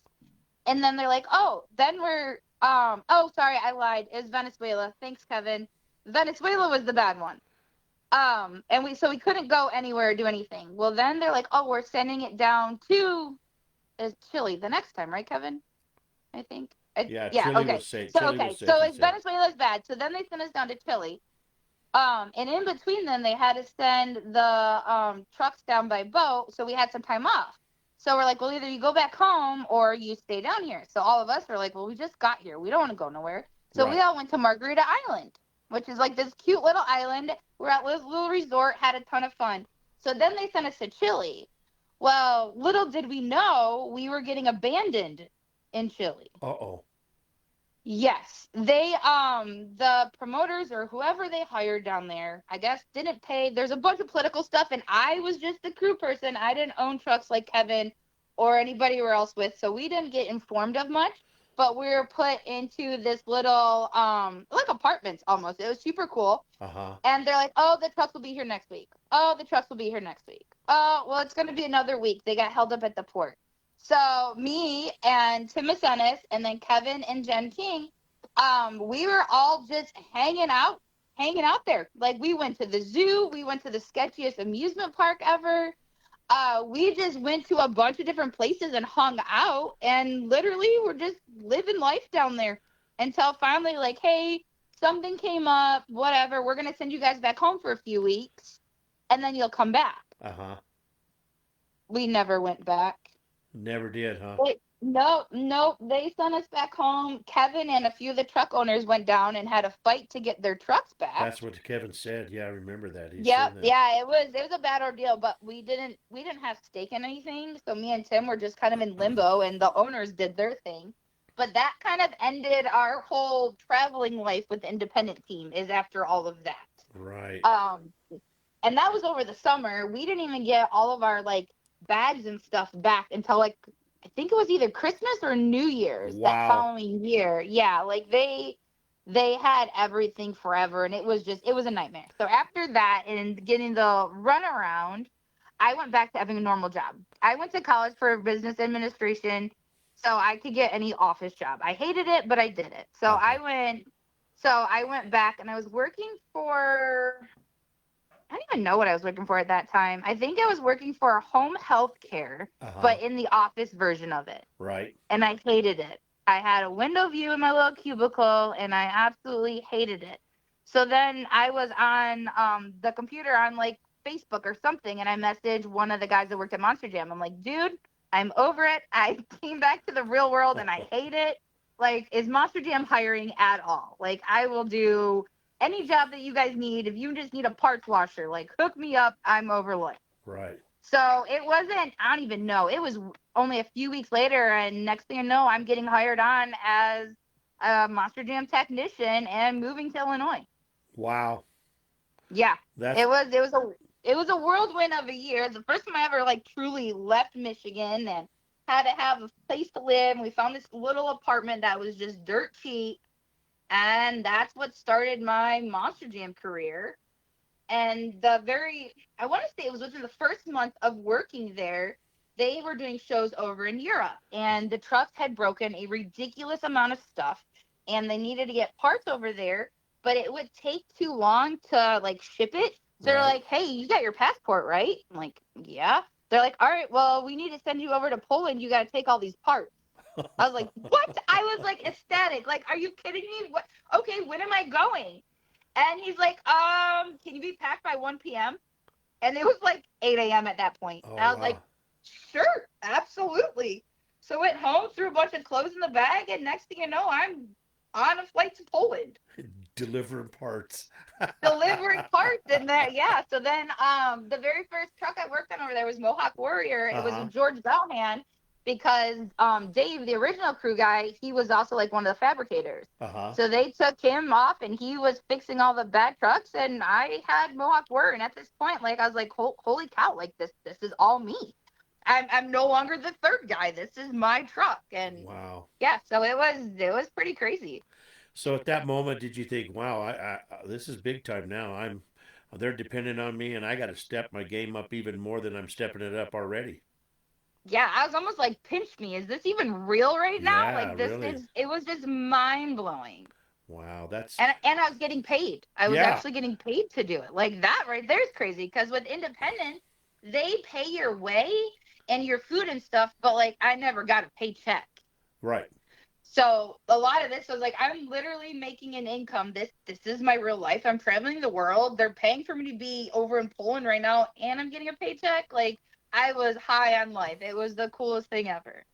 You know, it's like when I had Rebecca and Darren Snell on the other night, and you know, as young kids, they're gonna go play. You guys went places that, just for instance, me, I'll never go to Poland because I don't know anybody over there, nor do I really want to go. But I mean, you guys got to see parts of the world that most people will never see again, ever again. You know, I have been to Australia 5 times. Wow. Never in my wildest dreams could I have ever thought. I've been to Australia multiple times. I've been to New Zealand, South America, South Africa. Like, no way. What was, just to put the brakes on for a minute, girlfriend, what was South Africa all about? How did that work? Dude, it was amazing. So, of anyone listening, if you're a traveler, New Zealand, hands down, New Zealand is my ultimate favorite place in the world. So we did a tour in Australia, and then we went from Australia to New Zealand, and it took a week to get the trucks there. So, like, either you fly all the way back home or you can stay in New Zealand. We opted, obviously, I want to go to New Zealand. And if you ever go over there, never make plans. Get a rental car and just drive. Drive north, drive south, drive whichever island. And it is the most beautiful, amazing place. Nobody wore shoes. It was so weird because they're like, nothing here can hurt you. We literally just left Australia where everything wants to kill you. Right. And now we go to New Zealand and nothing can hurt you there. And it is just the most gorgeous, amazing, natural place ever. So hands down, the best thing ever there. So Then you would recommend New Zealand for anybody that wanted to take a trip out of the United States then? 1,005%. Like hands down, still to this day, my ultimate favorite place I've ever been. Cool. That's Yeah, that's and good it to was know. cool because me and BJ both got to go to that together. Oh, So wow. back to traveling the world Yeah. with your husband, your best friend, and Yeah. like it was amazing. At the point there was, I'd say, like 3 groups of us. You had some of the drivers, the crew guys, and then you had like some of the tech officials that kind of split up and got different rental cars, and we just jumped in a car and went a different direction. Then we would end up at a random hotel or wherever, and we'd log on and see what the other crew did. We're like, oh my God, that's so cool. So like, I feel like the 3 groups of us just kept crisscrossing New Zealand, going where each other went the day before and checking everything out. And it was just so beautiful. Wow. Was the food good? I don't remember, honestly. I don't even know if the food's good. Probably not. I was never very adventurous. Right. When I traveled, I was Right. like a chicken tender girl because it was safe. Yeah, exactly. I didn't try a lot of food back then. Right. So that was cool. So then fast forward a few years when I was doing Pit Party, I originally was not supposed to go to Africa. And then BJ was on, we called it like the retirement tour, and he was supposed to do the international tour and found out that he was going to South Africa. So I was like, no, I have to go. So I talked to the Pit Party coordinator and I was like, please let me go to Africa. So they moved everything around for me to be able to go to Africa with BJ for 3 weeks. And I was like in heaven. Well, then last minute, BJ is so good at building ride trucks, they send him to Ohio to do the stupid ride trucks there. So I went to Africa by myself, which kind of sucked, especially because it was over my birthday and we were looking forward to going together. So that was kind of a bummer. But at the same point, I got to go to Africa for 3 weeks. Wow, that's crazy. Was the show really well It liked? was insane. It was the first time trucks had ever been to Africa, and it was crazy. We did 3 different spots. And the first spot I think was Johannesburg, and back to not being safe again. So we had the bodyguards, and I always had somebody, because being one of the only girls with all the guys, they always made sure either I was surrounded by the guys or I had the bodyguard with me. Right. It's one of those things. I wasn't allowed to wear jewelry, even earrings, like any of your money. You had to have it hidden. I ended up getting this special belt that on the inside of the belt had a zipper where I'd put my ID and my food in, or not my food, my money for food in it, so that nobody even knew it was on me. It was so crazy. But we were right across from the ocean. Our hotel room was so freaking cool. So we convinced the bodyguards to let us go over there. And in Johannesburg, they still had the, was it Aborigines that have their face all painted? Yeah. It was crazy because it was like a city, normal, but then you had the people that still had the face masks and stuff on. Wow. And it was nuts. I remember being on the boardwalk, checking out the ocean, obviously, and my shoe came untied. So I bent down to get my shoe. Well, I had tapped whatever guy next to me, like, hey, by the way. And sure as shit, as soon as I went down to tie my shoe, I had like 3 of these Aborigine guys coming towards me, like ready to jump me for money or who even knows what. Really? Until like the bodyguards literally had to fan out around me until my shoe was tied. It was nuts. Right. Were they armed guards? Yes, of course. Oh, yeah. Yeah, wow, they're always that's crazy. That's yeah, really like crazy. it's stuff like that that you don't realize living in the States and doing stuff like this is still how these countries operate. Like it was so weird. So we did the show there, and every show we did was sold out. The pit parties were insane. Nobody knew what to do. They kept like punching the tires because everyone thought they were blow-ups.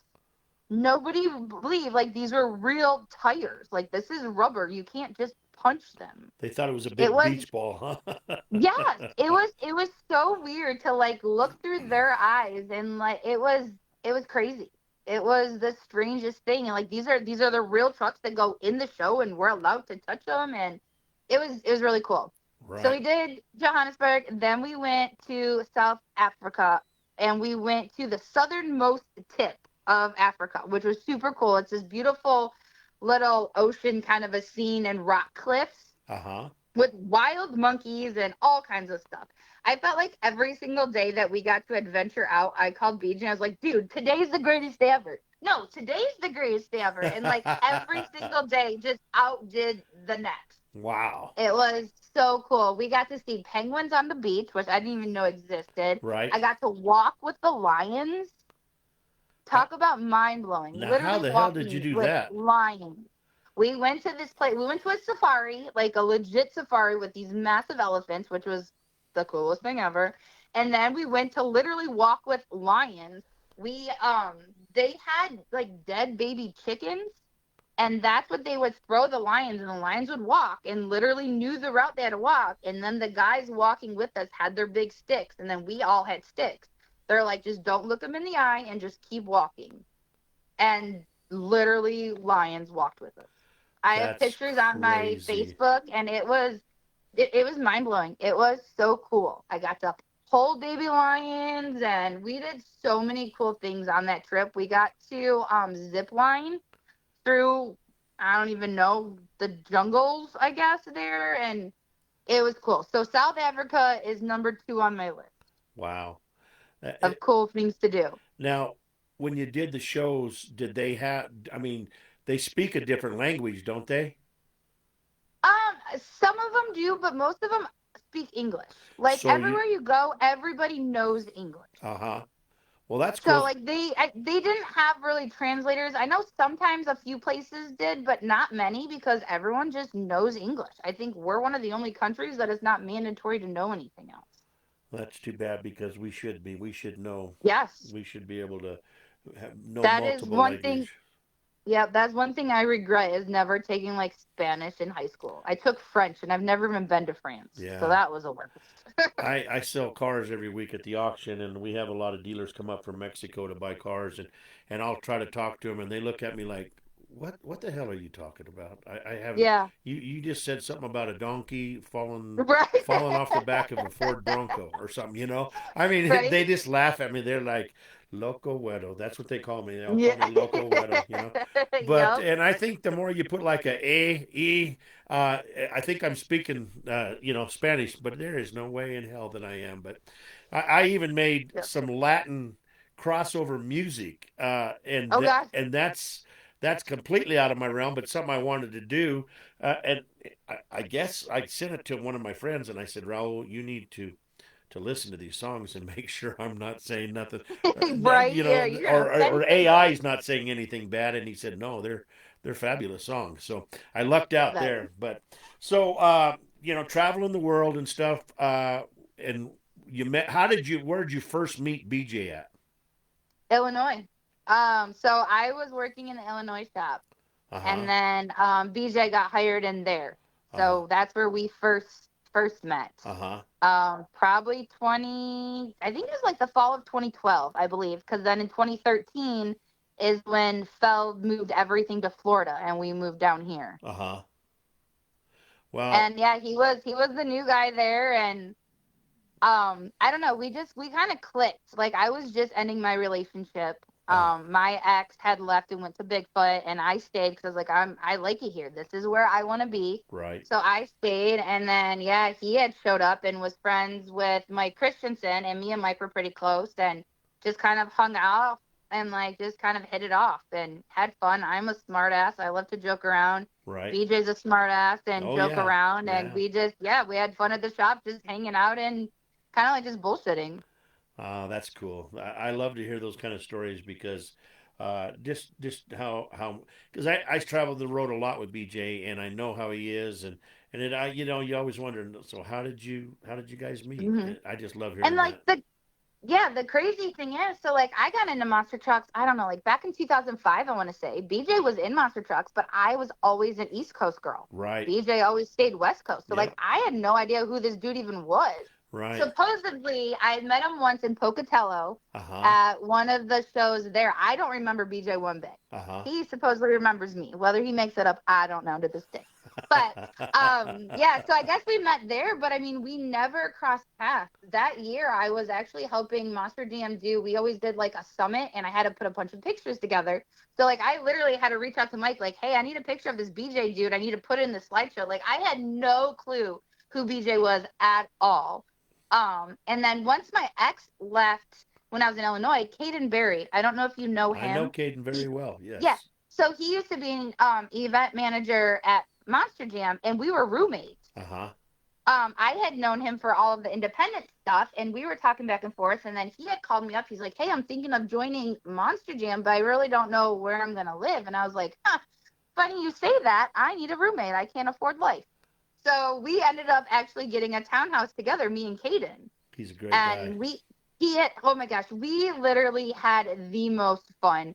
He was the best guy to live with. Like, we just had so much fun. We would just sit at the table and talk life, and it was just great. Well, then BJ was in town, and he loves to cook. And he was like, hey, why don't I just come over and cook dinner one night? And I like to eat, and I hate to cook.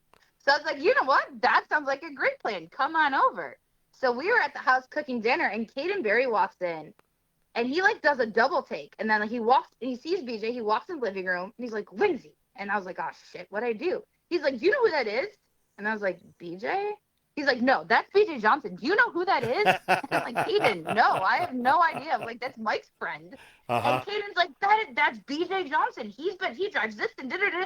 Literally went full like fanboy on me. And I was like, no. He said he likes to cook, and he's living in a hotel right now, and I like to eat. And me and Caden, we both joke like we would burn water. Like, we couldn't even make anything. We were awful, both of us, at cooking. I was like, dude, he offered to cook us dinner. I don't care who he is. Yeah. And like, it was just the funniest thing, because like, you don't know him? And I'm like, no, I don't. I wasn't a fanboy for any of them. Yeah. I was just living life. Wow, that's crazy. Yeah, so like, it was always like the ongoing joke. Like, no, I literally have no idea who you even were. Yeah. Wasn't his mama an awesome lady? Oh, My yes. God. His mom was the sweetest woman. I didn't even know her that well. And she's sending me things, and she's talking, and she is literally the sweetest woman ever. And you want to talk about someone idolizing their son?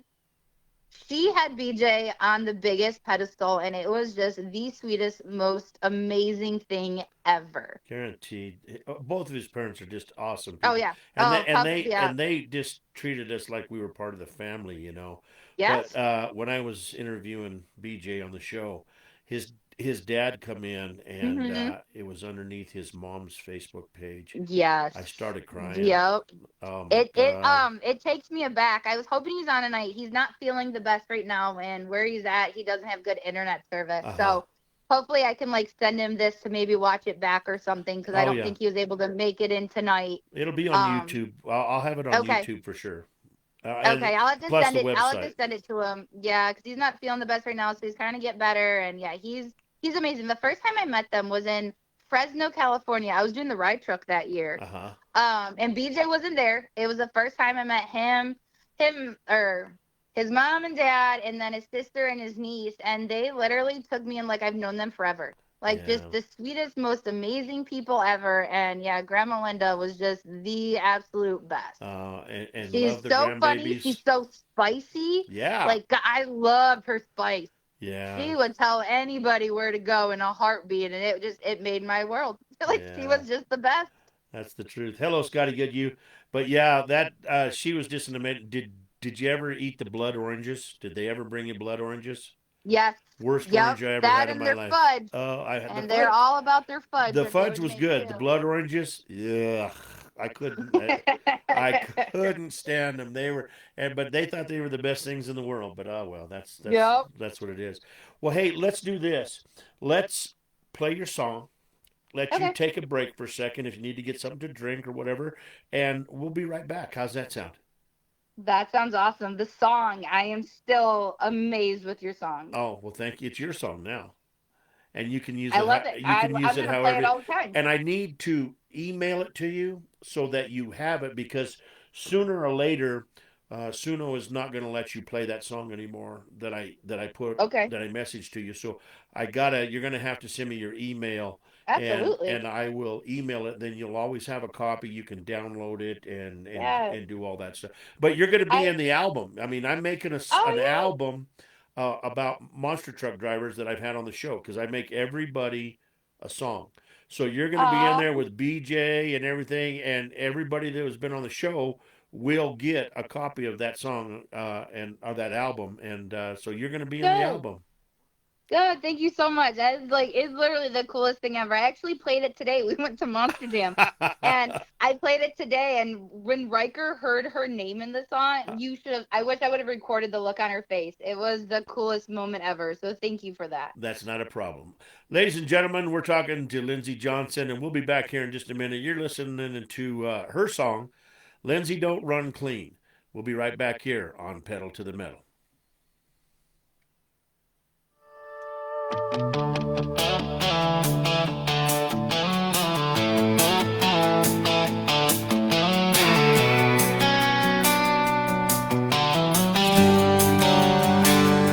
Born in May of '88 under a Michigan sky. Never wore paint, just dust and a dirt bike ride.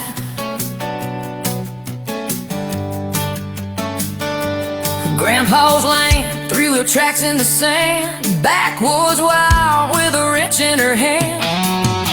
Daddy had a Chevy sitting tall on 44s. Mud bog nights, yeah, she learning what for. Soon as she could drive, she was gone, no doubt. Hips turned hard when she climbed out.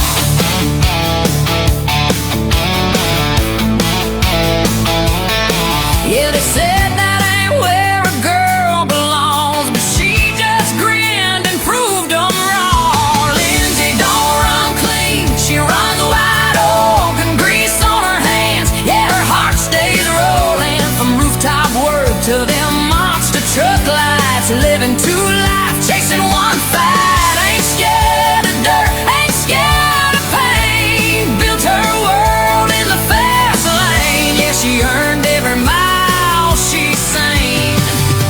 And Lindsey don't run clean. Lindsey don't run clean. For 13 years old, throwing shingles in the sun. Weekend grind, yeah, she got it done. Then one job changed everything she knew. Barn full of monsters and a dream came true. Call her in the corner, birds were on close by. Invited her along for the ride of her life. 16 years old, crossing state lines. Back to school Monday, like she's doing just fine.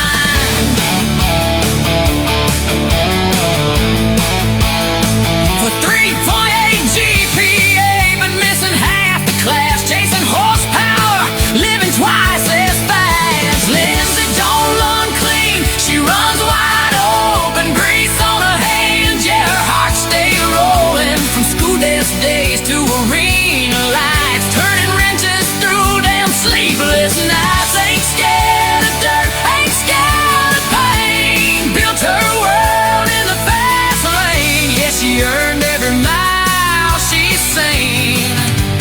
Lindsey don't run clean.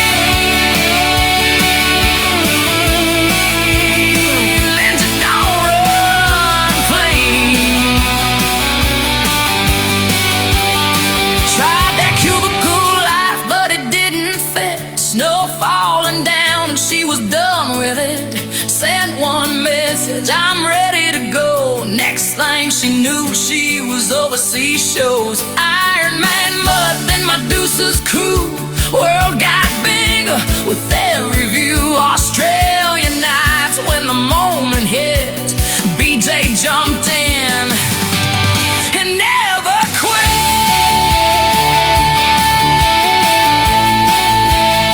No, never quit.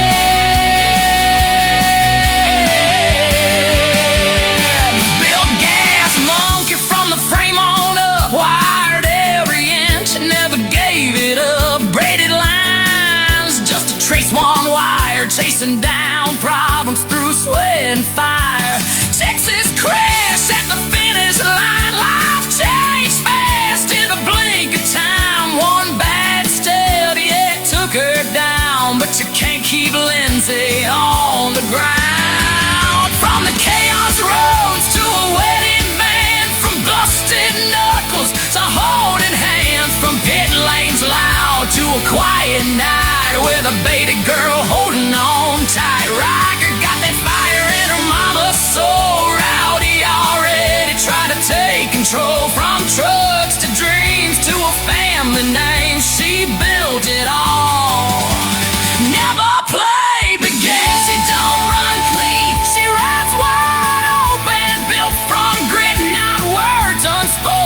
from Michigan dirt to the world she's seen. Still that same wild running machine. Ain't scared of dirt, ain't scared of pain. Now she's building life in a brand new lane. Yeah, she earned every mile she's seen. Lindsey, don't run clean. Yeah, she never needed the spotlight, sing.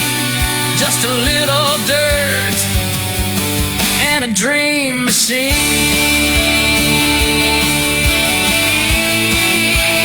Lindsey, don't run clean. And a dream machine.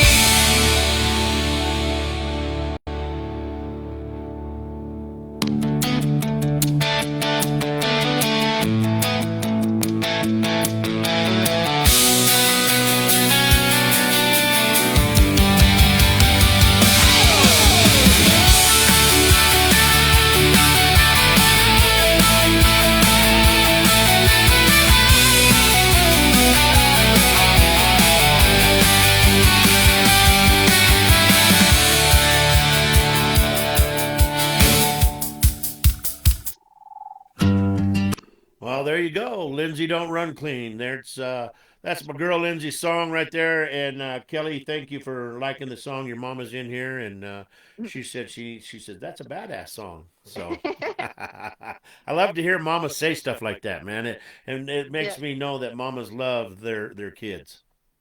Oh yeah, they are. I've got a great support system. That's for damn sure. Guaranteed, guaranteed. Well, uh, let's talk about Gas Monkey Garage, or is there something before that we need to talk? Because I don't know everything about you, and I know little bits and pieces and stuff, just from following you guys and stuff. But is there anything you want to talk about before Gas Monkey Garage? Yeah, so I mean, when I first started, I was the third guy in the trailers all the time, whatever. And then finally it came around, they wanted a girl team. So I guess you could talk about me and Medusa. Yeah, let's do that. I forgot all about that. Yeah. So she was obviously a big name in the sport at that point, and they wanted a girl team. Uh-huh. So they teamed the two of us up, and we would do shows all over. I was with her for, gosh, I think like 2 full years. We went all over, for the States, and that was before I even knew BJ, and then I started knowing BJ, and I swear they purposely put us on separate tours on separate sides of the country all the time. So we were both doing what we love, but never got to see each other. Right. But it was cool being with Medusa. Like I got to meet so many amazing wrestlers, so many people I would have never thought I got to meet because of Deuce. She's like another mom on the road. So that's kind of how I actually became kind of known, I guess. She gave me the Hot Crew Chief Lindsey hashtag that literally just followed me everywhere. So it was cool. I got to do that for a while until it came to a point where it was just time to move on and grow, I guess. And as one of those things with me and BJ, like I wanted to travel with him. Like I wanted to do this and be with my best friend and travel. Right. So then finally I got to be with him in Mohawk Warrior. So we traveled a year doing Mohawk Warrior and having fun, and he was killing it. That chassis was just amazing. He did great in it. We did stadiums and arenas that year, and he did great. Sure. And then they came to us, and they're like, "Hey, so Richard Rawling, do you know Fast and Loud?" We're like, "Duh, who doesn't at this point?" Right, exactly. And it was huge back then. And they're like, "Hey, they're looking for different drivers and trying to figure out who would be a good fit." They wanted someone who actually could work on the truck and drive. So BJ was one of the few actually had his name in the pot. And the funniest thing I'll never forget, we were up in Paxton, Illinois, working, probably training new drivers or doing who knows what up there. And they sent us this huge box of clothes. And they're like, "So I think they've decided they want you to drive the truck, but we're trying to figure out what your image is going to be." And we're like, what? Your image? Like, what do you mean you need an image? They sent us the most ridiculous clothing.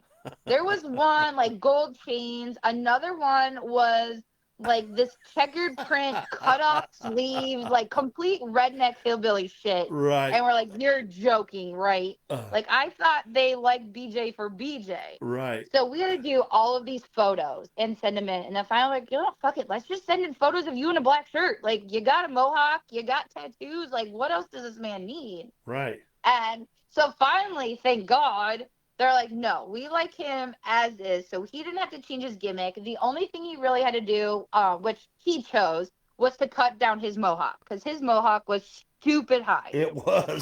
Yeah, it was. Oh my God. The man would steal my hairspray.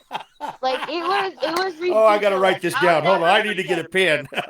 Oh my gosh, I will never forget when we were on separate tours. He got sent over to Europe, and I stayed here, and I'm like trying to find my gel and my hairspray, my blow dry. I couldn't find anything, and I was like, dude, what the hell? And he's like, sorry, I had to take it. The man stole my hairspray and my blow dryer and all my things. I was like, am I dating a man or a woman? Like, what is Lindsey, this? I love this. This is stuff I'm gonna remember. And BJ just got on here, so dude, I'm sorry, man. I'm absorbing all this stuff now. Yeah. I've got tons of stories, but yeah. So finally we got the new image. We're like, can we ditch some of this hair? Like it was to a point. His neck was hurting him if we were at outdoor shows because it was so tall. The wind would grab his hair.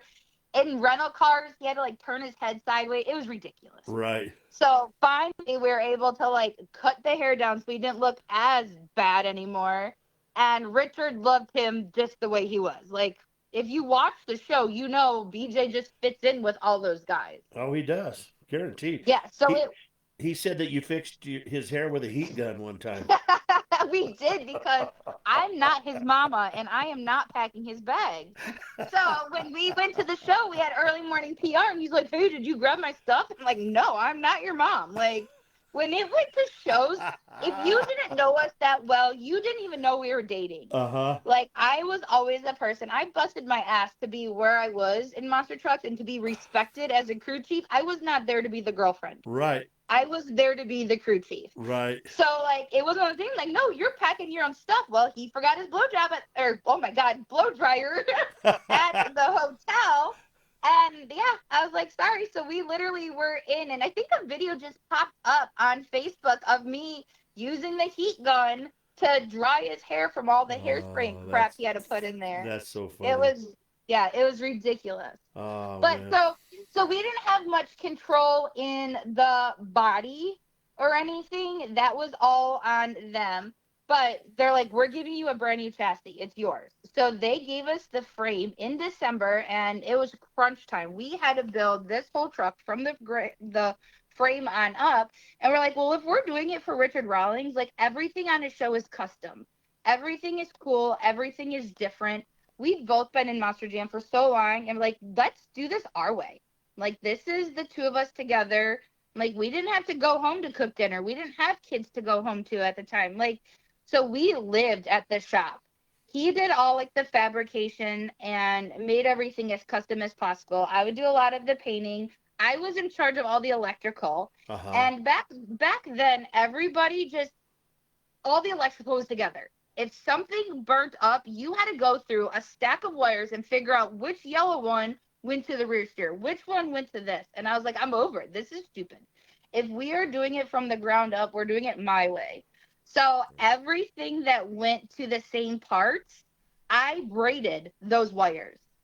So that way, if you knew the rear steer had 3 wires, you knew which 3 were braided together to work your way up if there was an issue. Wow, cool. And like, yeah, we did stuff like that. He made the shock towers super cool and everything that holds stuff on, just custom stuff, as much stuff that we could make shine and look cool and just be like a show truck. We wanted it not to perform. We wanted to turn heads, to be super cool. So we lived at that shop in December and made the coolest looking truck ever. Like, we took pride in this truck. Right. Did you know what the body was going to be at the time, or was the body a complete surprise to you? No, they told us what it was because they had to keep bringing it on over and fitting it to the chassis. Because no regular body you can mold and fit. So they had to bring it over and they had to stretch it here. They had to widen it there. So we got to see it the whole way and we knew the colors. The paint department was able to get us extra paint so that we could match. I wanted different parts of on the truck to have that green to pop out. It was black and green, but it was not Gravedigger kind of a thing. But I wanted it to stand out and be unique, be different. So yeah, we took pride in that truck, and that truck I hated.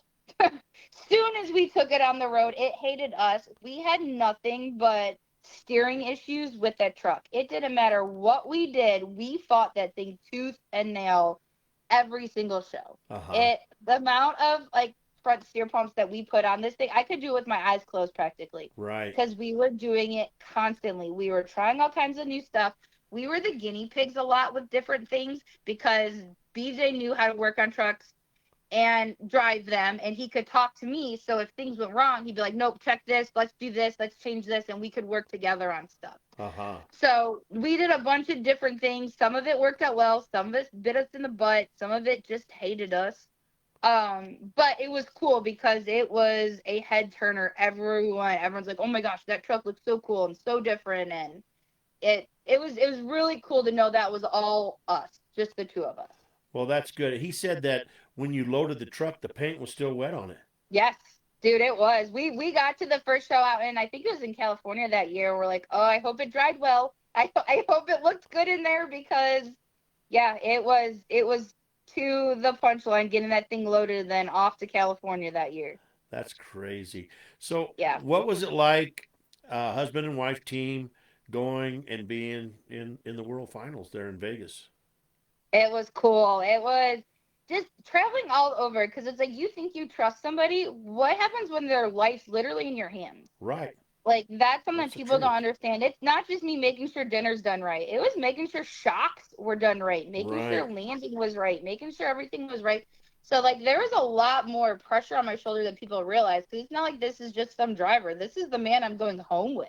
Right, exactly. And, like, and sometimes, like, he's had some bad crashes, and he had one where the truck just shut off midair, just a fluke random thing, and he got hurt. And it's one of those things, like, you have to still put your professional face on, knowing this is the person you love at the same point as in there. Yeah. So, like, it's a lot more pressure on you, but the wins and the excitement is that much more exciting because that's your person out there kicking ass. Right. So it was just is a really cool dynamic.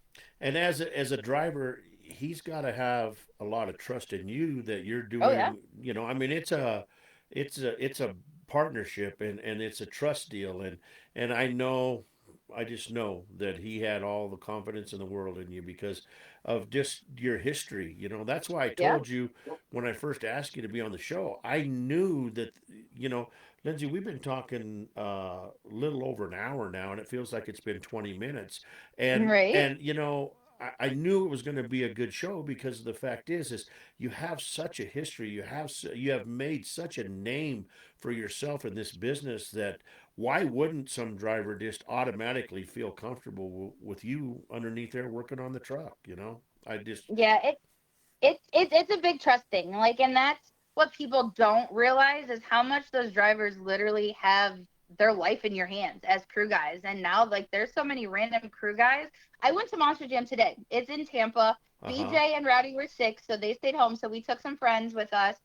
And, like, walking around, I don't know any of the crew guys. Like, it is so crazy. I know the drivers. The crew guys are just so new and stuff. And it's like you have to get a good bond with people and trust that they're doing it the way you expected or the way the person did before, and it's crazy. Yeah. So when you go to these Monster Jams and stuff, do you get a little preferential treatment? They let you in no matter what? Yeah, we're spoiled. We're extremely spoiled. Well, that's good. I'm really good friends with a lot of people, obviously still in Monster Jam, so we got the special treatment. Aunt Heather today hooked us up. We got the parking. She came out with these amazing goodie bags for all the kids. And cool. We got, seeing all the drivers were super cool. We may have jumped the lines a little bit. Oh, well, that's okay. That's right. I was like, I sold my soul for the last 20 years. Exactly. I am jumping the line. Yeah, exactly. And you know, well deserved. But so what do you think the kids think my mom and daddy were in the monster truck business, and you're sharing a little bit of your life with them as far as taking them to shows and stuff. But what do they think about it? They think it's normal for you to go and hug every driver and know everybody. Sure. Like they have no clue. I don't think they've completely grasped like this is what mommy and daddy used to do. They've seen videos here and there, but I mean they're so young they've never really even seen BJ drive. I think Riker's seen him drive like once or twice and that's it. And Uh-huh. they've never seen me work on anything because I'm taking care of the babies. Yeah, exactly. So they don't have a clue, but they know whatever is broken, mommy and daddy can fix it. Whatever is wrong, mommy and daddy's got it. It's funny because I throw myself 175% into everything I do, whether good or bad. Right. So I got really big into my daughter's daycare because it's like I want to know where she's at, and like they'll be like, "Hey, this broke. Can you fix this?" Or "Hey, this is wrong. Can you fix this?" And Riker's like, "My mommy's got it. My mommy can do it. If not, mommy can call daddy." So like they know we can fix stuff, but I don't think they have an extent of like, no, mommy and daddy were on TV. This is what we did. And like even today, she's like, "Mommy, do you know him?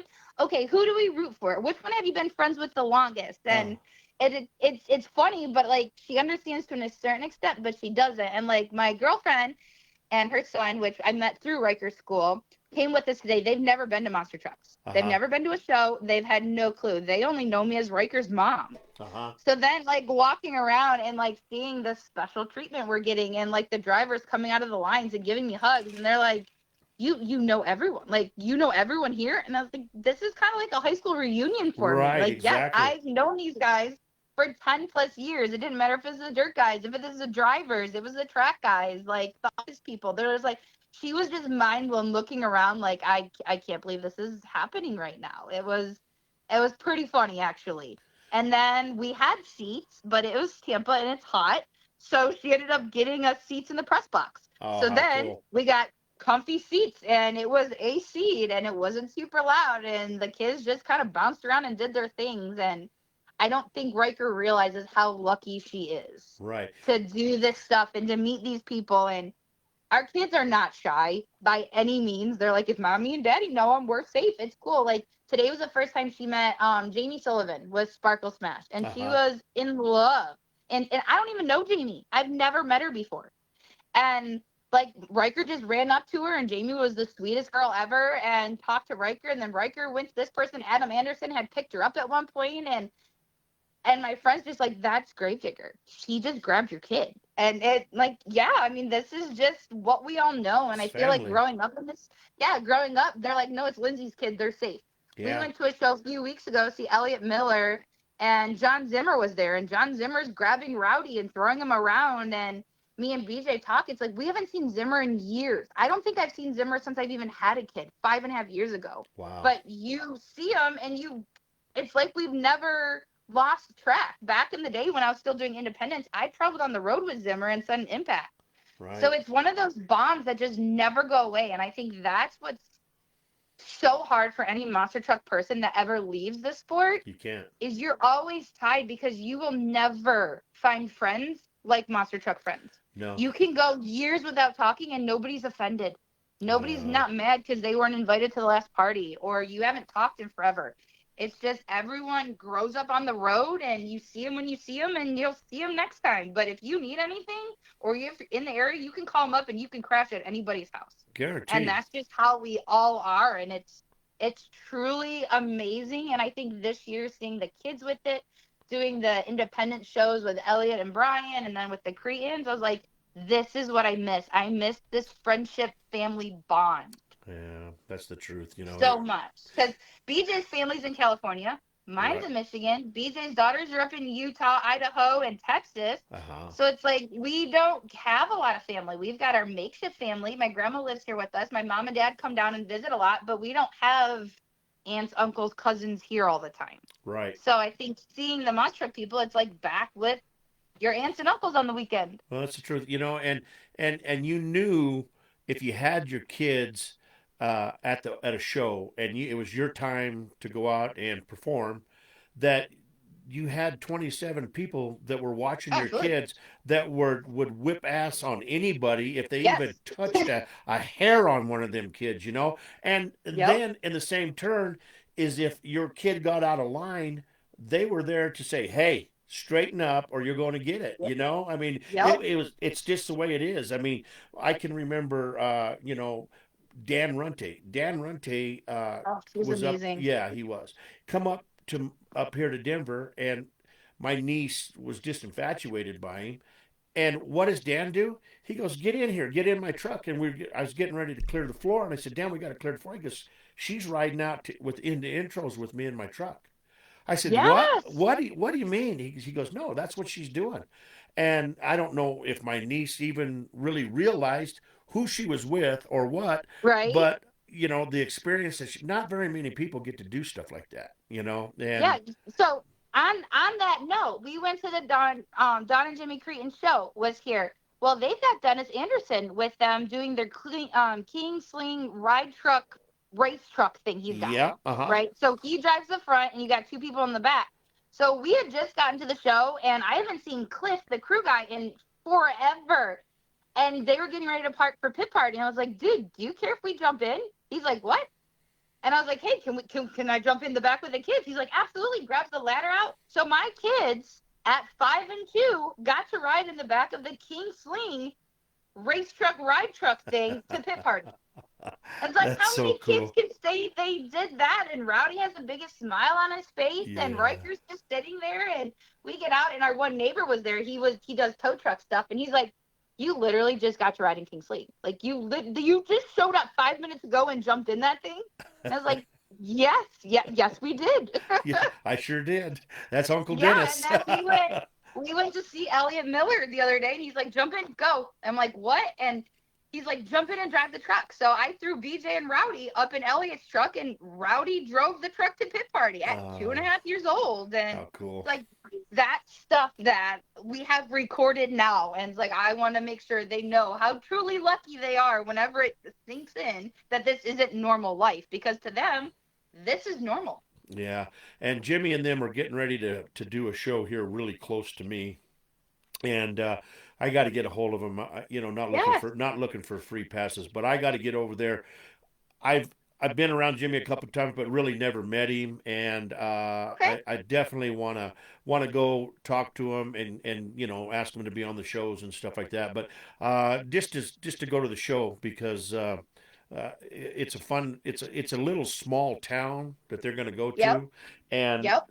to be able to that I hope that town understands the magnitude of the talent that is coming into that arena, because they're world famous, and that's They, just the way it and the is. crazy thing is, like, people don't. And we've talked about it because we've seen them twice this year. What they have going on is like the coolest freaking thing in the world. They do it all. They put on the show. They do the dirt. They drive the trucks. They do the merch. Right. Everything they have there, the ride trucks are theirs. Like, they are killing it in life. I always Yeah. told BJ, like, I wish they were doing this back before we had kids, because I would have loved to join in on that. Yeah. Like, absolutely be every part of what they're doing, because it is so cool. It's none of these massive shows. You're not going out destroying shit. You're going out, you're having fun. They all hang out together, and it is just the coolest thing that they are putting on right now. I think it's absolutely Yeah. amazing what they've done. Now, who's announcing for them? Do you know? Um, I can't remember because they've had it different announcers depending on what shows you're going at, and Uh it's been huh. different every time I've been to one. Uh huh. Well, I'm gonna have to get a hold of them, and just to see if I can come in, because I Yeah. definitely want to introduce myself to Jimmy, and I got to meet Dennis one time in Las Vegas. I chased King when they first brought King Sling out. He had it at SEMA, and I chased Okay. him Yep. for 3 blocks. to get an interview because that's when I was doing Monster Truck Radio. And I told Okay. my listeners, I said, I am going to get an interview with Dennis Anderson. When I finally got to there, they were firing the truck up and I couldn't talk to him. And Oh then all of a sudden man. they take him out the door. And I thought, well, he's just going to go outside the door. He goes outside the door and romps on it and he jumps up about a half a block ahead of me. And I'm like, okay, fat boy, it's time to start running. So I'm running like a groupie after Dennis Anderson. And I get to where the trucks were parked, the haulers and stuff. And I get up to his trailer and I'm like out of breath. And I was like, Dennis, I'm roller Monster Truck Radio, and so it was really a cool moment to meet him because that's when he was really big with Monster Jam and stuff like Yeah. that, and it was just fun. But I want to go see and support their show, but I definitely want to get him on the show for sure. Yeah, no, they're amazing people. Jimmy Don, Cam Mingus runs everything, and he's a badass in his own way. You need him on the show. He'll keep Yeah. everybody laughing. Well, we will. Well, that's what I want to, and that's what I want to do to everybody that's in this industry. I want them to know that they can come on this show, and they can feel safe because they're not going to get abused. I'm not going to let anybody trash Right. talk them. I mean, if somebody was trash talking you in here right now, they'd be gone. They'd be banned from this show for life. I'm not going to put up for it. I'm not going to let another Yeah. promoter talk bad about another promoter. Yep. Yep. I'm just not going to do that. That's not what this show's about. And so that's what I want everybody to feel. I'm lucky enough to have friends like you and BJ and different people in the industry that can help me get these interviews. And it's like gold to me. I mean, it's just. I don't want to say I'm using you, but thank you. I'm using you Yeah. No. for helping Totally. me, but I want to Yeah. give you the quality time that you deserve. Yeah. No. No problem. I'm used to, like I said, being in the background. I'm Right. not used to having an interview of me. Usually it's me and BJ, and I'll chime in here and there. So Yeah, thank you. no, that's no problem. All right, so let's talk. We're out of Gas Monkey. We're not doing anything. We're just being a mom. And what is, I mean, that's going from 100 miles an hour one direction to going 150 miles an hour the other direction, correct? Well, so in between there though, so I was working with Gas Monkey. Okay. And then we were in Texas. I can't remember what show because I'm really bad. I think the kids took my brain. But we were doing one show, and BJ made it to finals in racing, but he crashed like normal. Uh-huh. So we were in the pits working on the truck and got it all back together. And I had jumped off that truck in a mid sprint to get back to the finish line. Oh, that's And right. I ended up I ended up landing on my ankle and twisting it and jacked it up really bad. So I couldn't work on the trucks as much as I wanted to that year. And I was in and out of physical therapy. I had cast, no cast. And then finally, months later, they decided that I needed surgery. You could grab my ankle and pull it out of socket like 3 inches. Oh, wow. So I ended up I had to go in for surgery, and they had to cut all my tendons and overlap them and screw them and the whole thing. So my Monster Jam career was over out of nowhere. And it was heartbreaking. I was so depressed. I was living life, having fun, traveling the world, doing everything I absolutely loved, to being stuck at home like a couch potato. Oh, man. I ended up, BJ was still gone because it's his job. I ended up getting dogs just so I wasn't so depressed and I had a reason to get out of bed. Uh-huh. So that was a pretty dark time for a while. And then I actually came back as a pit party coordinator. Okay. So then I was traveling with Monster Jam still on the weekends. I would fly out on Thursdays. I'd fly back home Sunday nights or Mondays, and I was doing all the pit parties. And I loved it. I was still around the trucks without having to do heavy weights. I was able to bring my business management degree into my life finally. So I was able to do all that, travel the world. That's how I went to Africa. I've been to Europe doing pit parties, South America again. So I loved it. And I was on BJ's tour, so I still got to support him and have fun. So we went from that to realizing that we wanted kids. Well, I really wanted children. Uh-huh. And you can't do Monster Jam and have kids. No, you People can't. have tried, and more credit to them that can pull it off. Wasn't me. I'm like, I needed something more stable. So I actually went and got my real estate license. Wow. And I loved it because every single day is different. So I ended up getting pregnant and then doing real estate in 2020, which the world was shutting down. I found out I was pregnant as soon as the world shut down, which was super scary. But real estate actually took off with the interest rates dropped down. So I was busy and I was loving it. Every day was different. being around different people. So I've got a full sleeve tattoo. My whole arm is tattooed. When I first got into real estate, I never showed it off because I thought you had to be prim and proper. And Right. I'm coming from being a mechanic, being one of the guys, to like having to watch my mouth and not swearing and being a girl, which is very hard for me because I was always a tomboy. Right. My first, I don't even know, months, like probably 5 months in real estate, nobody even knew I had tattoos because I wore long sleeves in Florida when it was 1,000,000 degrees because I thought that's what was expected of me. Until I got farther into real estate and I realized that real estate agents suck. They are slimy, salesy people that just lie. And I was like, you know what? I don't want to be in that category. Like, I am as blunt and honest as it comes. I will never force somebody to do something they're not supposed to. Like, buying a house is a big deal. You're not buying a car. You are spending the most money you've ever had. Right. So after that, I pretty much, like, I want to say I haven't trademarked myself, but everything is hashtag the tattooed agent. All of my stuff is that way. Like, I wear my tattoos bold everywhere because it makes me stand out and be different. My logo has pistons on it and like a tattooed kind of a theme. How cool. Yeah, just so that I could kind of, because the more I started meeting people, I was like, I don't want to be in the category with those people. I want people to work with me because of me. I am blunt. I'm honest. I'm to the point. Like, surprisingly, the tattoos help me because either people love me or you hate me. Right. And if people come in and are going to judge me because of tattoos, we aren't going to get along, and I don't want to work with you anyway. Guaranteed. Now, So, are like, the tattoos any of the tattoos BJ's? Because he does. Yeah, my whole arm BJ did. Okay, all right. Okay. Yep, yeah, I bet you they're yep. gorgeous then. Oh, they are. They're amazing. Backstory, when I got with BJ, and obviously he shows up, all these tattoos, he's a bit older than me. My whole family's like, who is this guy? What is going on? Like, please don't get tons of tattoos. And I was just like, yeah, whatever. Yada, yada. Yeah, exactly. Like, okay, Mom. So we got married in November of 2017. In December of 2017, we started my full sleeve tattoo. Wow. I was like, listen, I did my wedding with no tattoos. Like, I played along, but now it's my turn. Like, I want them. So, like, I came to BJ and I was like, hey, I want you to do my tattoos. He's like, all right, what do you want? So I came up with all these ideas. Like, I want a dragonfly for my grandpa. I want a hummingbird for my grandma. I want this. I want that. And he's like, babe, that's huge. Like, how big is this tattoo? Knowing in the back of his head, my mom's like, don't tattoo her, blah, blah, blah. So I was like, you know what? No, like, I am 30 years old, damn it. I want tattoos. I'm getting them done.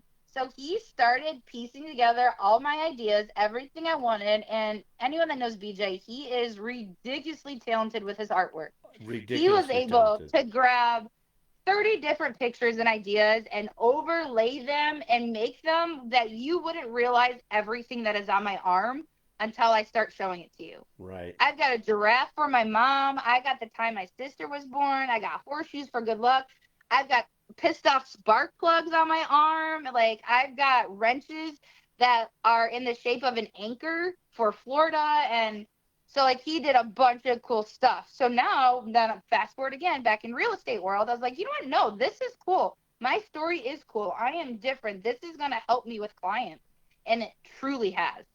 I have all of my bio posted everywhere. Like, no, I used to work on monster trucks. I was a mechanic, and then I moved into this. So I get a lot of tattooed clients. I get a lot of gearheads. I get a bunch of different people in my crew that I can just work so well with. Down to earth people that are just everyday people that love life, and that's a perfect fit. Yeah, I don't sell $1 million houses. I will much rather sell 10 $350,000 houses than $1 million house. Right. Because those people are the ones I'm going to get along with. We are going to have fun together. I don't fit in with $1 million people. I am not dressing up and putting heels on to show you a house. I am wearing my jeans and my cute top and my comfy shoes. Like, you are not hiring me for what I'm looking like. You're hiring me for my skills and what I can do. Sure. Now, has anybody, of course, my cousin Debbie asked me a question a long time ago, or asked a question, and I didn't get it out there in time, but I'll tie them together. Anybody ever recognize you out in public or buying a house saying, "Hey, I know who you are." No, nope. I could be in the monster truck world back in the day and nobody really recognized me. Because you were behind the scenes. Yep, because I was behind the scenes. I was never the face. Every now and then, if we went out as a group, people would kind of put two and two together, but more just because I was with the drivers. Right. But in the scenes, you didn't see much about me. Like I wasn't flashy. We didn't have TikTok back then. I didn't do a bunch on Facebook to get the whole fan crowd. So no, people didn't. They would only recognize BJ with his mohawk up if we were in certain towns doing the shows. But no, I go out, people don't have no clue. Half the Right. people now, my friends, don't even have any clue what I ever did. Well, now that you took this lady to Monster Jam, you know you're going to be like the coolest mom out there now. I mean, Right? that's just Yeah. you have set the groundwork into effect already. Because this Oh lady's yeah. going to She's like, talk oh, I'm about never you. gonna. Yeah, she's like, I'm never gonna be able to take him to the show ever again because I can't get him all of this. Right. And I was like, You yeah, ruined it for her. I did. I was like, yeah, he's gonna have really high standards next time. Yeah, but the thing Sorry. is you gave him something that most people never get, and Yeah, that's what's cool about being able to offer something like that. But yeah, she's yeah, gonna talk about it. I was at a show this weekend and she knows everybody. I can't believe it. All these yeah, drivers, and she knows that guy and this guy, and they're gonna see people on TV. And I know I was there when she was, yeah, So yeah, yeah. you have set yourself up for that one there. Yeah, it's pretty cool because like we do different things with like the school. So Riker's doing homework now and stuff and shows you the family. So like we've got pictures of monster trucks. They're like, oh my gosh, you know monster trucks? She's like, my daddy drove a monster truck.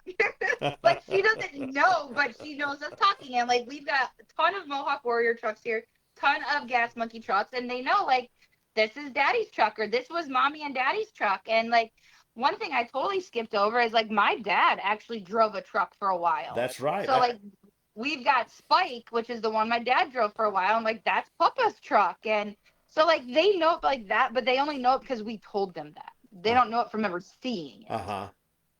Yeah, I remember.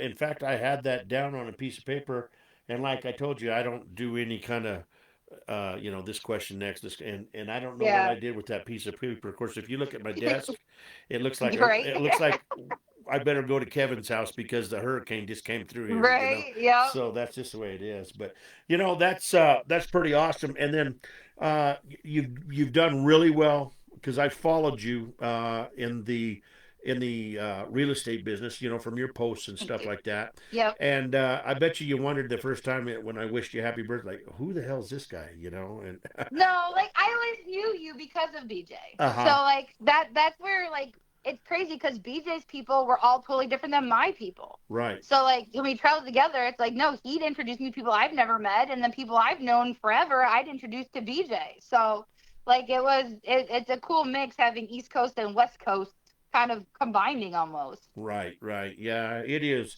It's a great world and stuff. But so now he told me something, and I'm sorry I don't exactly know what it is, but you're doing something like on Facebook, or you're doing something Oh, TikTok. TikTok. What are you doing? Yeah.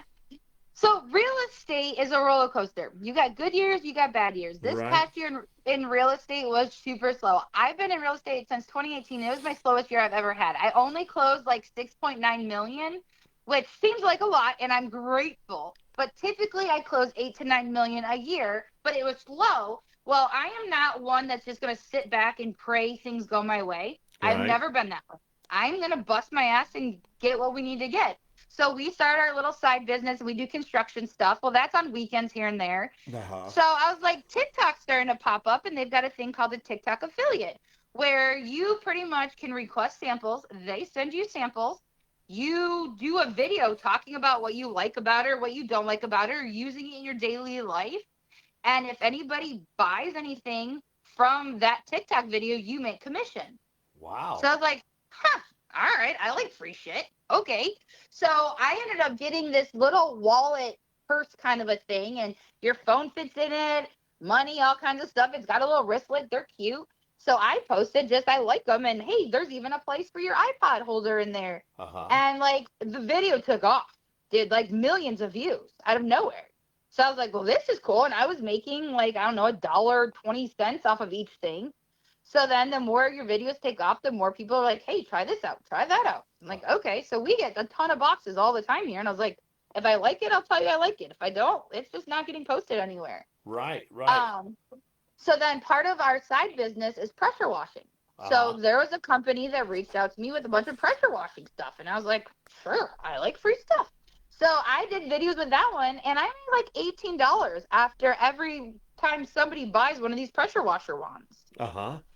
So this past year, between those wallets, the pressure washer, I did a bunch of bathing suits. Just I was all over the place. You're supposed to niche down to one thing, and I was like, I'm not that type of person. Like, I do everything. Right. I have normal life, mom life, construction. We've got stuff for our tractor I talk about on there, and every time someone does something and buys it, I make money. So this past year, I've done pretty good for myself on just doing random TikTok stuff. So when you found out about this stuff, how do you go? I mean, is it a secret? You can't tell how to do this to, Nothing's a secret. Right, Nothing's a secret. right. But I mean, So like follow me. First of all, go to TikTok. It's at the tattooed agent.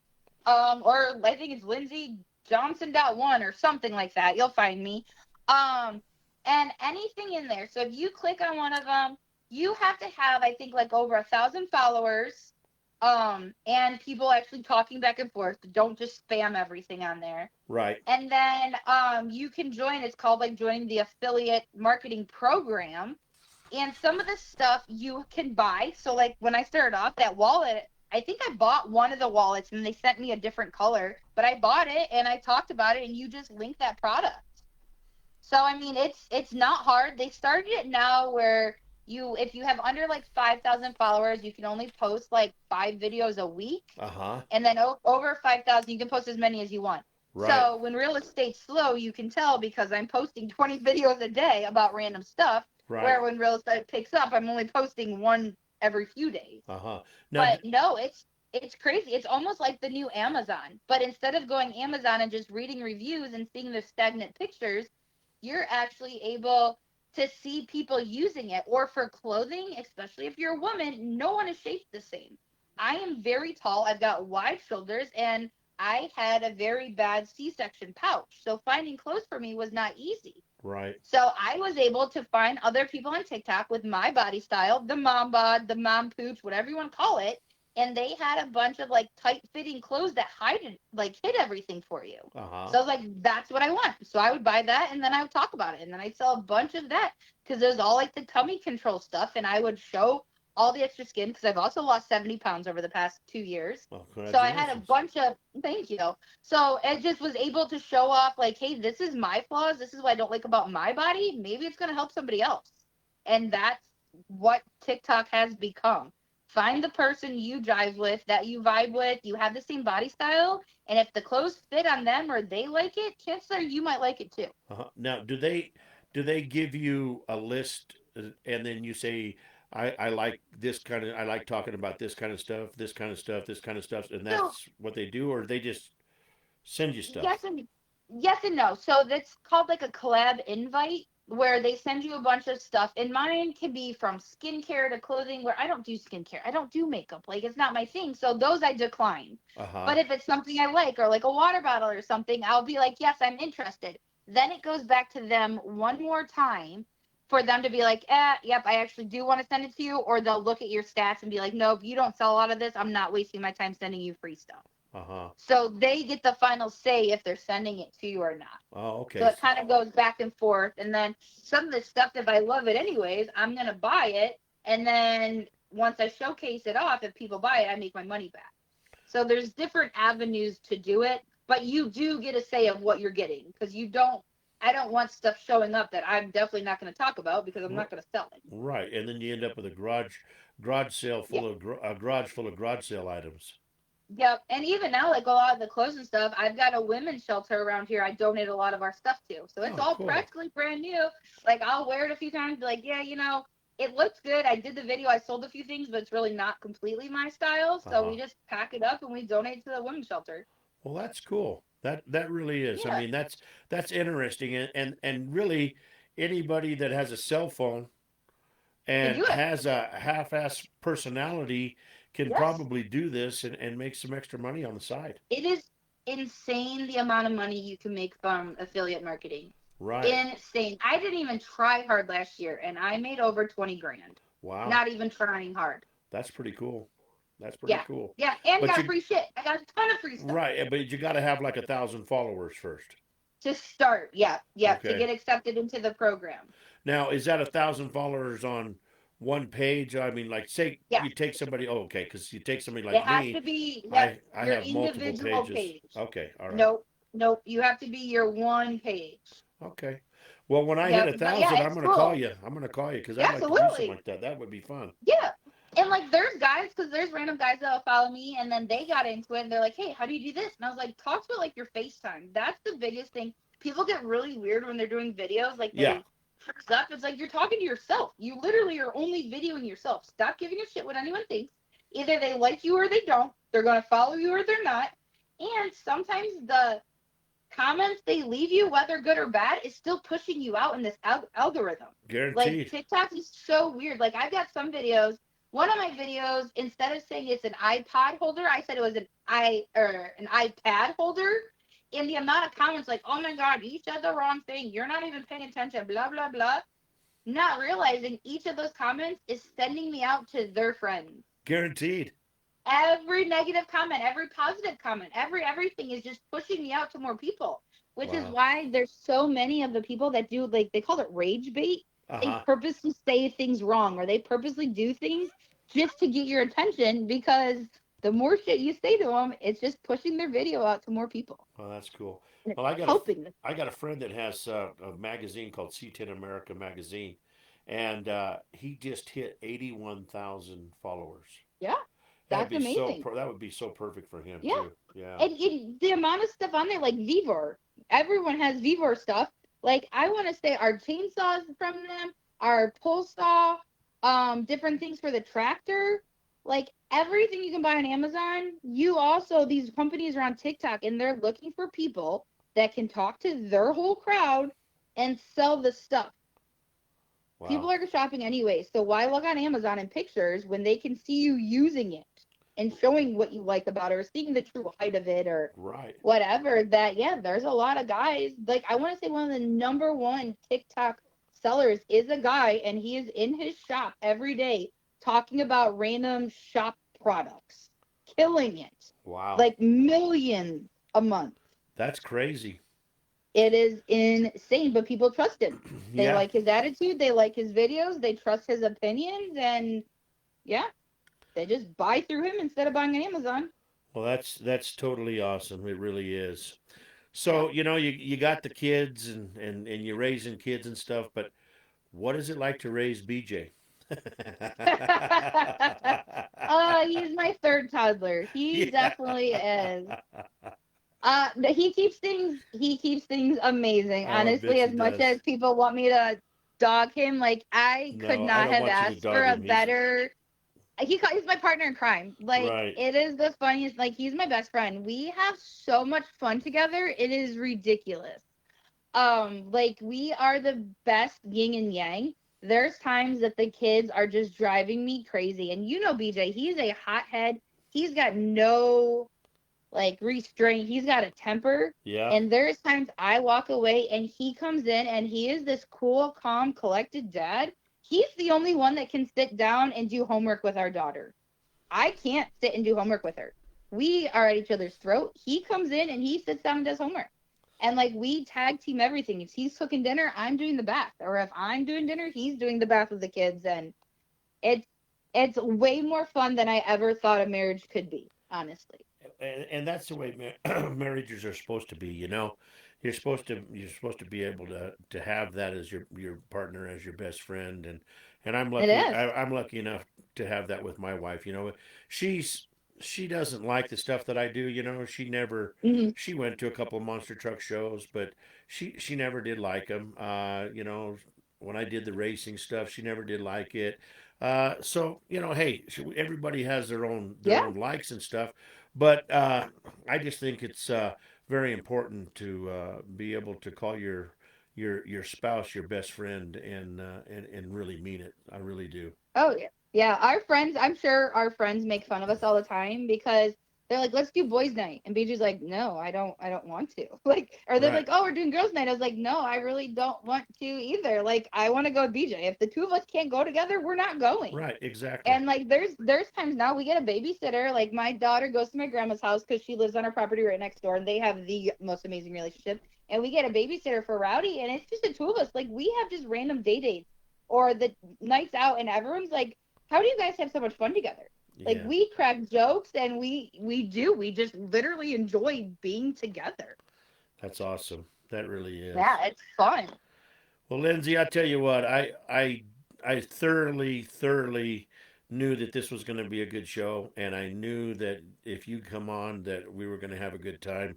And I got to say, I've had a really good time tonight. I'm not just Me doing that. too. I'm not just saying that because that's what you're supposed to say or anything like that.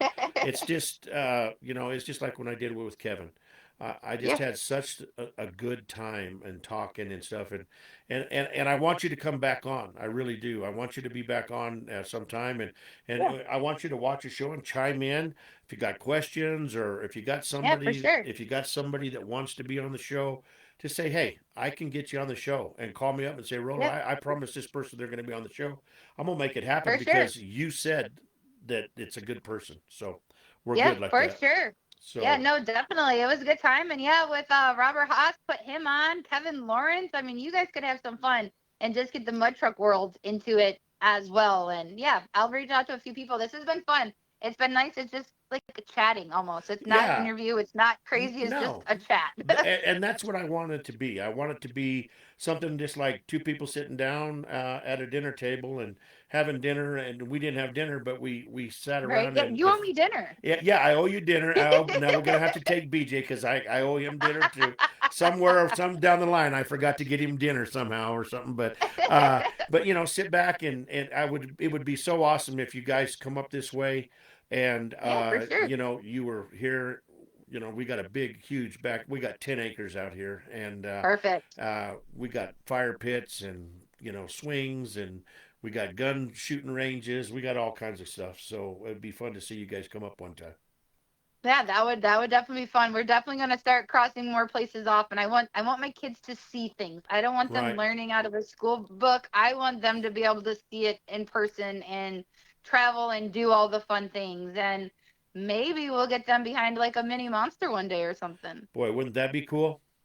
Oh my gosh, that is like my new goal that Beach is already rolling his eyes at me. I was like, dude, we got the motorhome. We just Mm, need a trailer. Let's let the kids go have some fun now.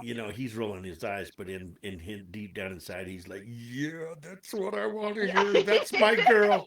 That's my Right? girl." I know he is, and he will do it. Absolutely. And you guys will have that mini monster one day for sure.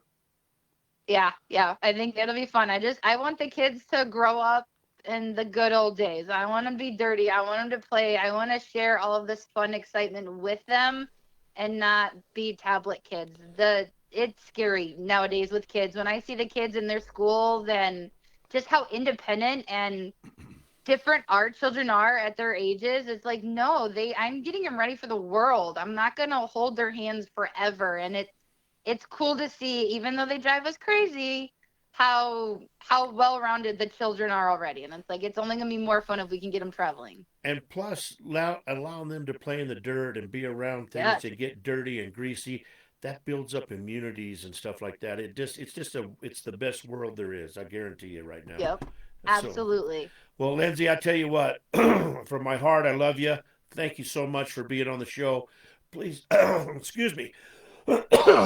Please tell my buddy BJ that I said I hi. will. Tell him to get better. If he needs me to, bring him an Alka Seltzer or something, I'll bring him an Alka Seltzer, and we'll get together soon. I hope, Definitely. and do this again. Okay. Yeah, definitely. It's been a great time. Thank you so much for having me on. And that song is absolutely amazing. I love it. All right. We're gonna play it again just as we go out, just for you. Okay. Awesome. Thanks, buddy. Have a good night. All right. Thank you, Lindsay. Have a good one. Yep. All right. Bye bye. Bye. Bye bye. Well, guys, I'll tell you what, man. That's what it's all about. I I've never met her in person, but tonight we talked like we were friends and we knew each other for forever.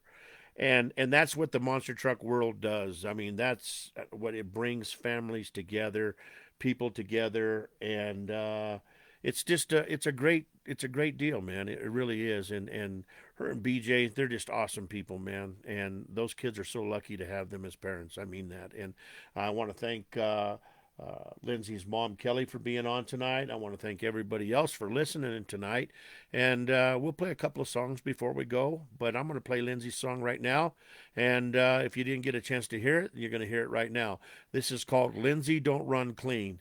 And we'll be right back here on Pedal to the Metal Motors and Music.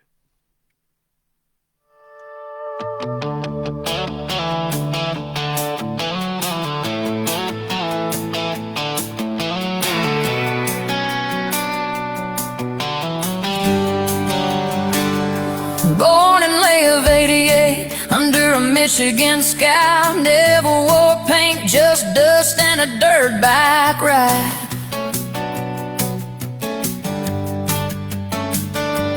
Grandpa's lane, three-wheel tracks in the sand. Backwoods wild with a wrench in her hand. Daddy had a Chevy sitting tall on 44s. Mud bog nights, yeah, she learning what for. Soon as she could drive, she was gone, no doubt. Heads turned hard when she climbed out.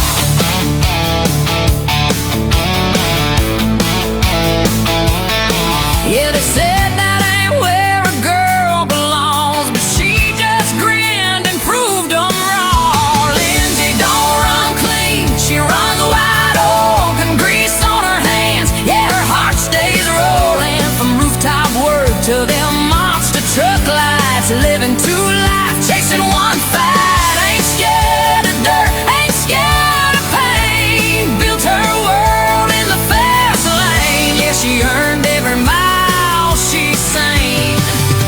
And Lindsey don't run clean. Lindsey don't run clean. 13 years old, throwing shingles in the sun. Weekend grind, yeah, she got it done. Then one job changed everything she knew. Barn full of monsters and a dream came true. Color in the corner, Bergeron close by. Invited her along for the ride of her life. 16 years old, crossing state lines. Back to school Monday, like she's doing just fine.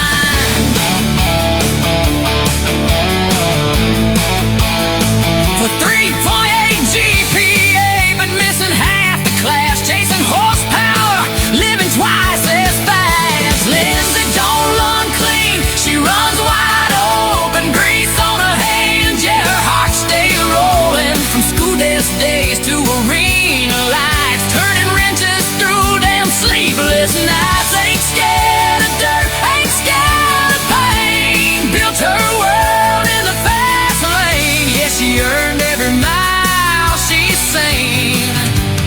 Lindsey don't run clean. Lindsey don't run clean. Tried that cubicle life, but it didn't fit. Snow falling down and she was done with it. Sent one message, I'm ready to go. Next thing she knew, she was overseas shows. Iron Man mud, then Medusa's crew. World got bigger with every view. Australian nights when the moment hit. BJ jumped in and never quit.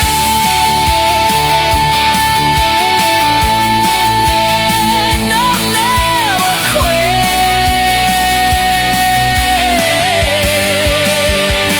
Built gas monkey from the frame on up. Wired every inch, never gave it up. Braided lines just to trace one wire. Chasing down problems through sweat and fire. Texas crash at the finish line. Life changed fast in the blink of time. One bad step, yeah, took her down. But you can't keep Lindsey on the ground. From the chaos roads to a wedding band, from busted knuckles to holding hands, from pit lanes loud to a quiet night with a baby girl holding on tight. Rocker got that fire in her mama, so rowdy already, tried to take control. From trucks to dreams to a family name, she built it all. Never play begin. She don't run clean, she rides wide open, built from grit, not words unspoken. From Michigan dirt to the world she's seen, still that same wild running machine. Ain't scared of dirt, ain't scared of pain. Now she's building life in a brand new lane. Yeah, she earned every mile she's seen. Lindsey, don't run clean. Yeah, she never needed the spotlight, sing. Just a little dirt and a dream machine.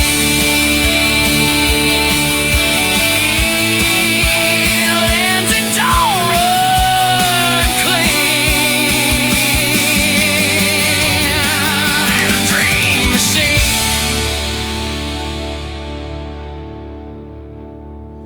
Well, there you go. Lindsey, don't run clean, man. I'll tell you what, I really enjoyed that interview, and I knew that she was going to be an awesome interview, you know.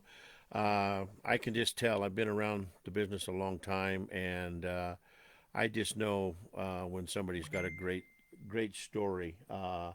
That's just was a great story, and then plus number one, you know, she's a great lady, but number two, she's married to my brother BJ, man, and me and BJ spent a lot of time on the road together back in the day. We have some great stories and great friendships, and you know, it's just the monster truck business was absolutely the funnest business I've ever been in my life. It was never work. I never considered it, even the long hours.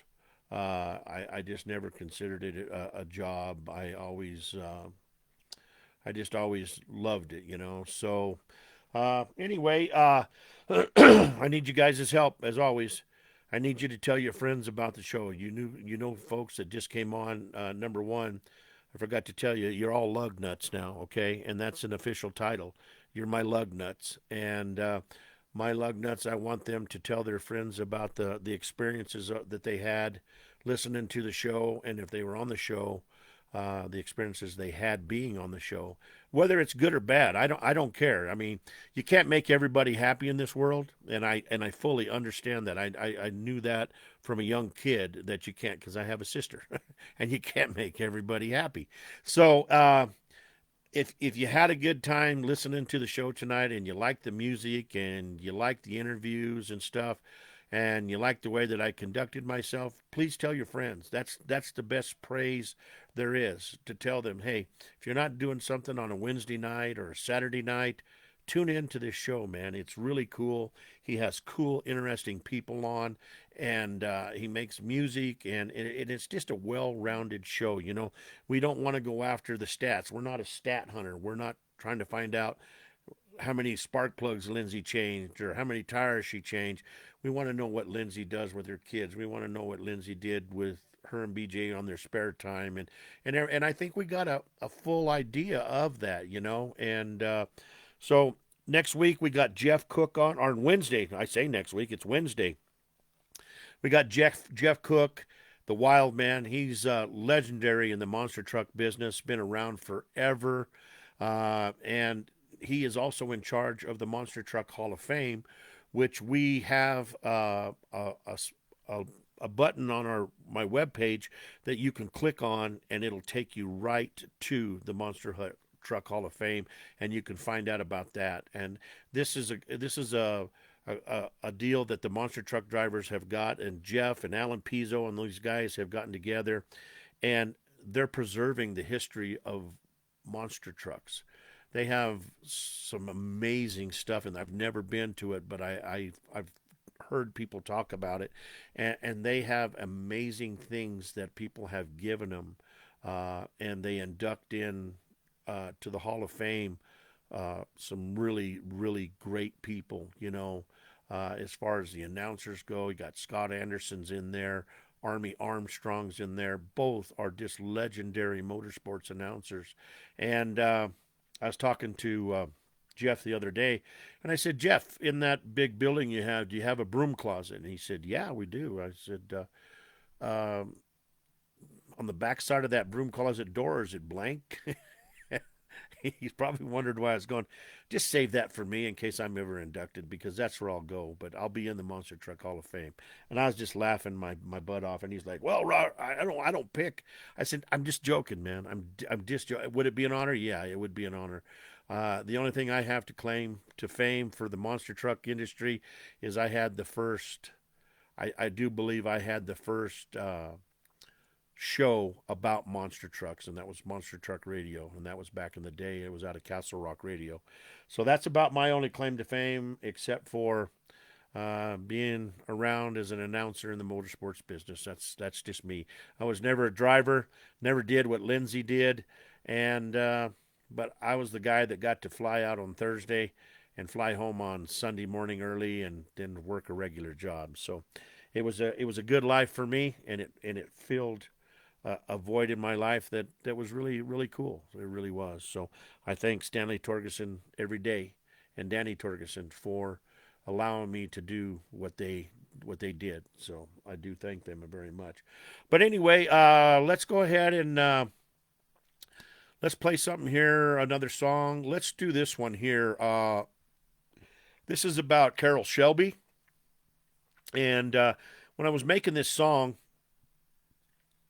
I couldn't use it. Kept using Carroll Shelby's name, and it kept saying we can't do that, it's copyrighted. You can't do that, it's copyrighted. And so I had to go in and say, okay, what was some of his nicknames? And so I found out that they called him Shell, and then they called him the Texas Cobra. And I said, aha, the Texas Cobra would be a great song title. So this is about Carroll Shelby, but we're not saying Carroll Shelby. We're talking about the Texas Cobra. We'll be right back here on Pedal to the Metal, Motors and Music. We'll see you in a minute.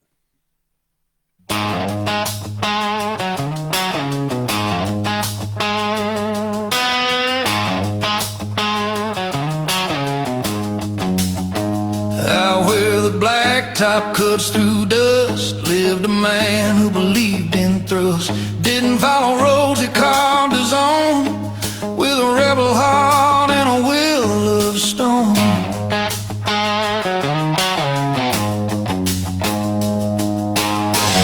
Engine screaming were his prayer, freedom ringing in the desert air.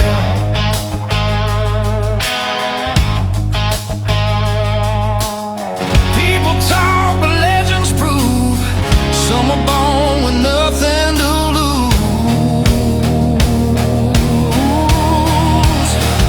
Texas Cobra, strike fast, strike loud. Horsepower rolling like a thundercloud. Steel and fire running through his veins, turning wild dreams into runaway trains. When that motor roars, you feel it over. King of the road, the Texas Cobra.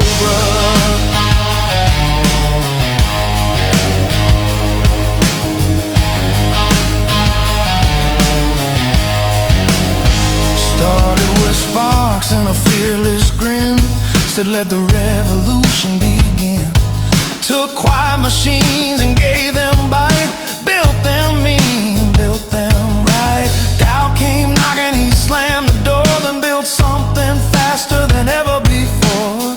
Safe was never in his plan, he was gasoline wrapped in a man. You Texas Cobra, born to run, chasing the horizon, racing the sun. Every mile left legends behind, proof that speed lies first in the mind. If you hear that thunder rolling closer, make way for the Texas Cobra. The Texas Cobra.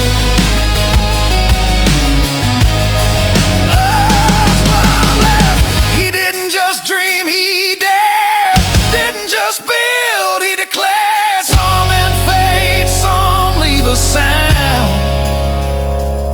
never dies.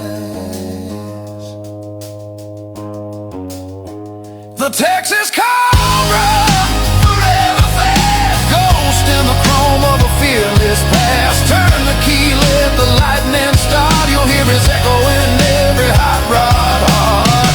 Yeah, the highway still leans him over. Long live the legend, the Texas Cobra.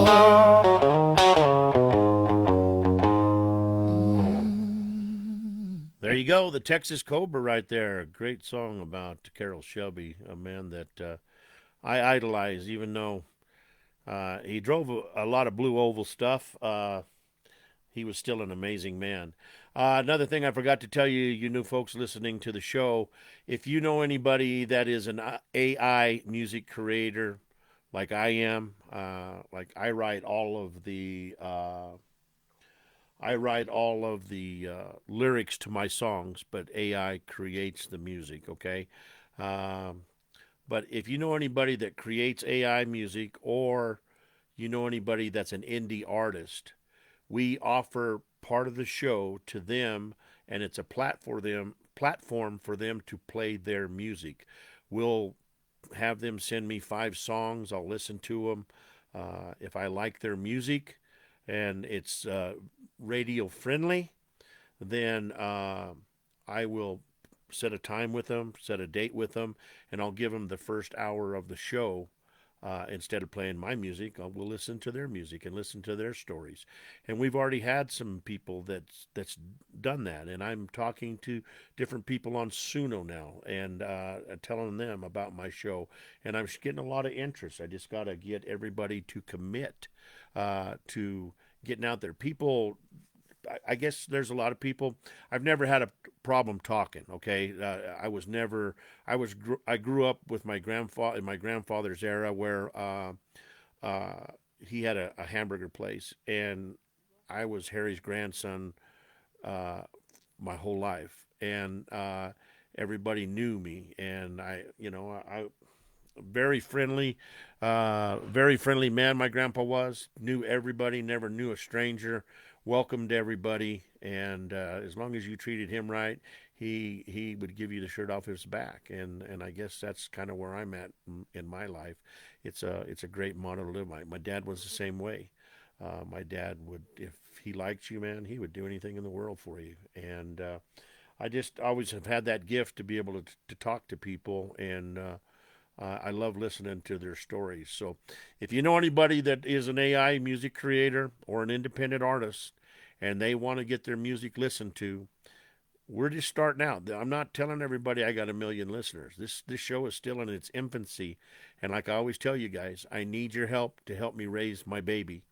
And the more people, the more quality shows that we do, and the more people tell everybody about my show, the bigger it's going to get and the better it's going to get. And we'll have people on from the industry from all over. So I look forward to, if you have a hint of something in the car world in your life, you're probably going to make it on the show, as long as we can talk a little bit. I mean, I don't know much about Barbie dolls, but I guess if we had to have a show about Barbie dolls, we'd talk about Barbie dolls, you know? I mean, it's just, I like to hear people's stories and how they, enjoy life. So that's what's most important. Like I said, Jeff Cook's going to be on Wednesday. Monster truck driver extraordinary for Bigfoot for many years, and also for Paul Schaefer Motorsports. Larry Swim will be on the 8th. Bobby Holman, 40 years in the business. I've known Bobby since I started in the business. I got to watch Cody grow up, and now him and his dad are driving for Hot Wheels, and they're out there putting on monster truck spectaculars like you wouldn't believe. They're going to be on the 11th. Steve Curcio. This man sent me his bio the other day, and I have never been so impressed by somebody that's done so much in their life. And this man promoted rock concerts. He was a big influence with Motley Crue to get their first album out. He's done jet cars. He even had a jet pull car that was for Joan Jett. But I mean, he's done more things in the monster truck and the concert industry and different things like that. That's going to be a great show just to talk to Steve. And like I said, the 18th, the 22nd, and the 25th, I'm leaving open. I mean, if somebody calls and they want to be on the show, I'll put them in one of them dates. But I'm holding it for some people that I really would really like to talk to, like Mike Welsh, who had Super Pete back in the day. What a great monster truck that was! Has a lot of history in the monster truck business. Bob and Ann Trent. Bob and Ann, of course, Ann is Bob Chandler's daughter, and Bob is the CCO or COO of Bigfoot now. And I want to have them on and talk to, because I'm a Bigfoot fan. I mean, I've never have made that a secret. I let people know, Bigfoot's my truck. I grew up watching Jim Kramer, and Jim Kramer's a personal friend of mine. I had him on the show, and I've always loved Bigfoot. So I want to talk to them, because that's the heartbeat of Bigfoot now. I asked him if Bob could be on the show. He said he's not sure. He doesn't know if Bob would want to do the show, not because he doesn't want to be on the show. It's just that Bob's got a lot of other things going on. He's getting older. Bob was on my Monster Truck Radio at the MTRA banquet. I interviewed him there, and I know Bob very well, and he's a great man, and I look forward to him. And then I look forward to people in the industry like Danny Mass. He's a photographer at Mass Media, and we talked to him, and he might be on. But that's another portion of the monster truck world that I want to bring in and let you guys experience through their stories. And then J.R. Adams with Bigfoot on the 29th. He'll be in. And then we go into March, and March is already starting to fill up, because I'm giving the first hour to a lot of that's the young guns in the auctioneering world and the automobile auctioneering world. These young guns are the guys that are going to come in, and they're going to be my replacement when I retire. They're gonna hop right into my seat, and they're going to just keep going on, and then they're going to work with somebody, and they're going to do the same thing when they retire, if the auctioneering business is still around by then. But we're going to introduce you guys to some really talented up-and-coming auctioneers. They work for Barrett Jackson. They're champions in different contests and stuff like that. You're going to hear from a buddy of mine named Scott Goodhue, that's a two-time world auctioneer champion. You're going to hear from a friend of mine named Vaughn Long, that is a world champion ringman. And we're going to talk to these guys, and they're going to talk about these young guns coming up and the talents that they have and stuff, and what we think their future is and stuff. So I want to give these guys a platform to talk about themselves and stuff like that. So April's really going to start filling up fast again, and I'm not going to quit. I'm going to keep on going. I'm going to try, when the new month comes on, I'm going to try to have it booked up with quality talent, because sooner or later the monster trucks are going to slow down, and the drivers are going to be able to come on the show. But the show is not all about monster trucks. We're going to be talking to people in the classic car world. We're going to be talking to people in the hot rod world. I want to talk to Danny Torgeson's boys. They're into sprint car racing. So that's the kind of the I don't know what you want to call it, but that's the feel that I have for the show.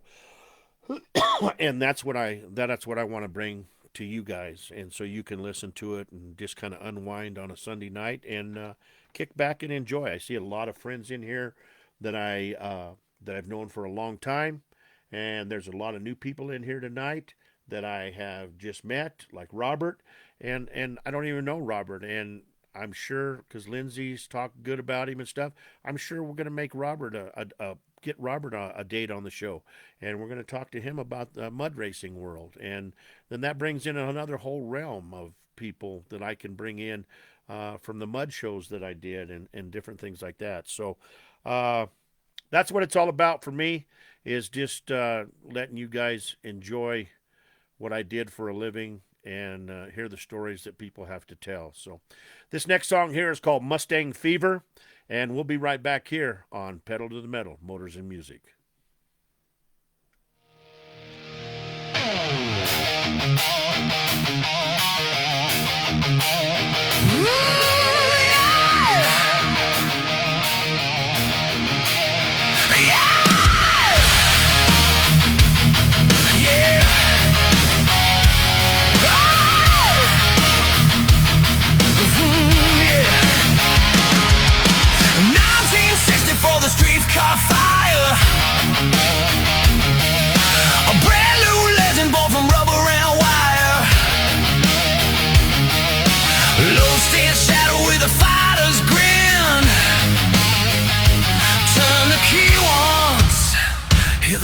song begin.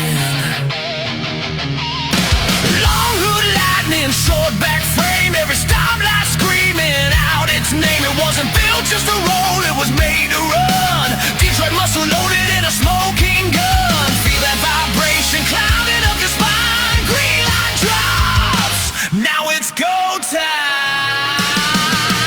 Mustang fever burning in my blood. Hear those horses kicking up the dust and mud. Foot to the floor of the wild, run free. Every mile screaming who I wanna be.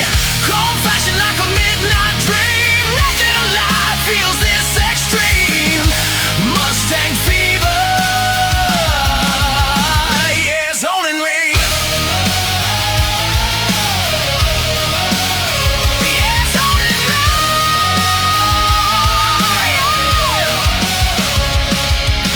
Fastback slashing through the midnight air. Drop tops rolling with the wind's own hair. Four on the floor grabbing gears like a fight. Engines howling just to taste that night. From drag strip launches to canyon bends. Push it too hard, do it all again. Checkered flags of broken rules. Either way you're riding with the rebels and fools. Hands tight shaking on a leather wheel. This is more than drive, it's how freedom feels. Mustang fever burning in my blood. Hear those horses kicking up the dust and mud. Foot to the floor, let the wild run free. Every mile screaming who I wanna be. Crow flashing like a midnight dream. Nothing alive feels this extreme. Mustang fever, yeah, it's all that night.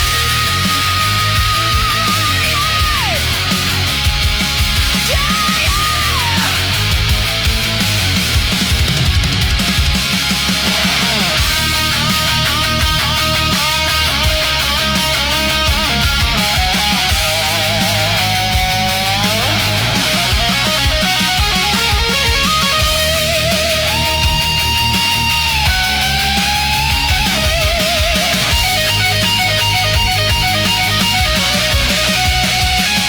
Feel the engines thunder, no place left to hide. Wide lines blur while the world goes wide. Gasoline, heartbeat, red line prayer. Leave your doubt choking in the rear view mirror. Some are born to follow, some are born to lead. Some of us were built for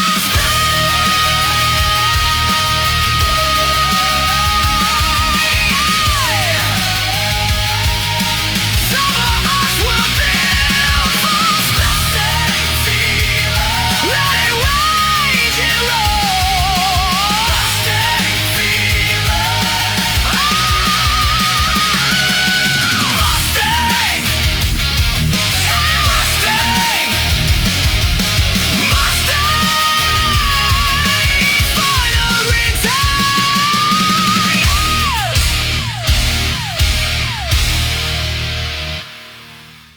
There you go, Mustang Fever right there. All right, guys, well, I'm going to play one more, and then we're going to go right into the outro of the show. Thank you all for tuning in. I hope you enjoyed yourselves tonight. I hope you got to relax and just listen to some great stories. I want to thank Lindsey for coming on the show. It was an absolute pleasure having her, and I look forward to having her back on the show whenever she would like. So this last song here, this is a song about, good people, that get taken away, good people that get their lives ended by bad people. And so basically it's about, why do the good people have to go first and all the bad people get to stay and harm other people and stuff like that. So we're going to play this one. This is called Why Do the Good Ones Go First? We're here on Pedal to the Metal Motors and Music every Wednesday, every Sunday, starting at 6 o'clock with music, 7 p.m. with the interviews, and that's all Mountain Standard Time. And we love seeing new people in the group. So thank you for tuning in, and y'all have a blessed week, and we'll see you again on Wednesday. Talk to you later. Bye.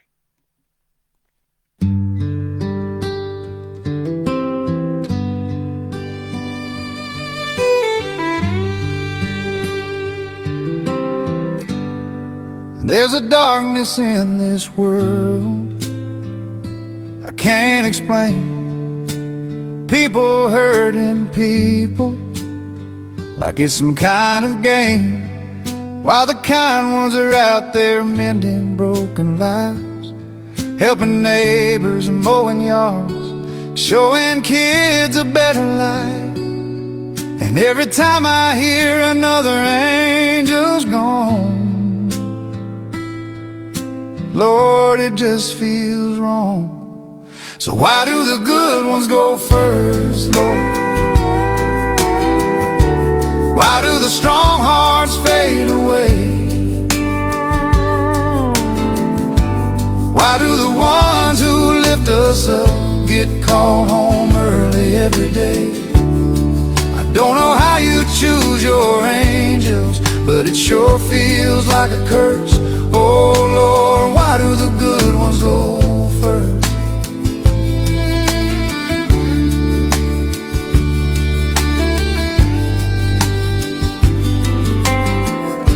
Some folks spend their whole life causing nothing but pain, while the good souls are out there giving hope like rain. They're the ones who hold the car shows for the little kids, raise a little money, bring a little joy. God knows they always did. And then one day they're gone without a reason why, and all we can do is cry. So why do the good ones go first, Lord? Why do the strong hearts fade away? Why do the ones who lift us up get called home early every day? I don't know how you choose your angels, but it sure feels like a curse. Oh Lord, why do the good ones go first?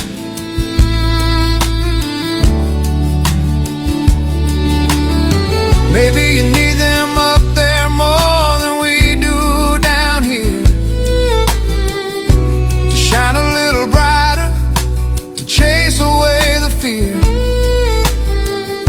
But Lord, if you're listening, keep a few here too. This broken world still needs the work they do.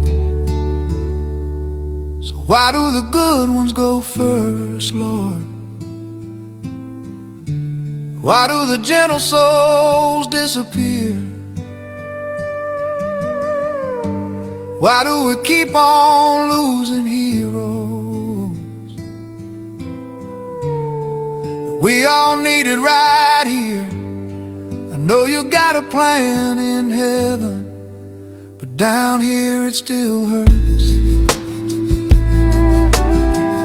Oh Lord, why do the good ones go first?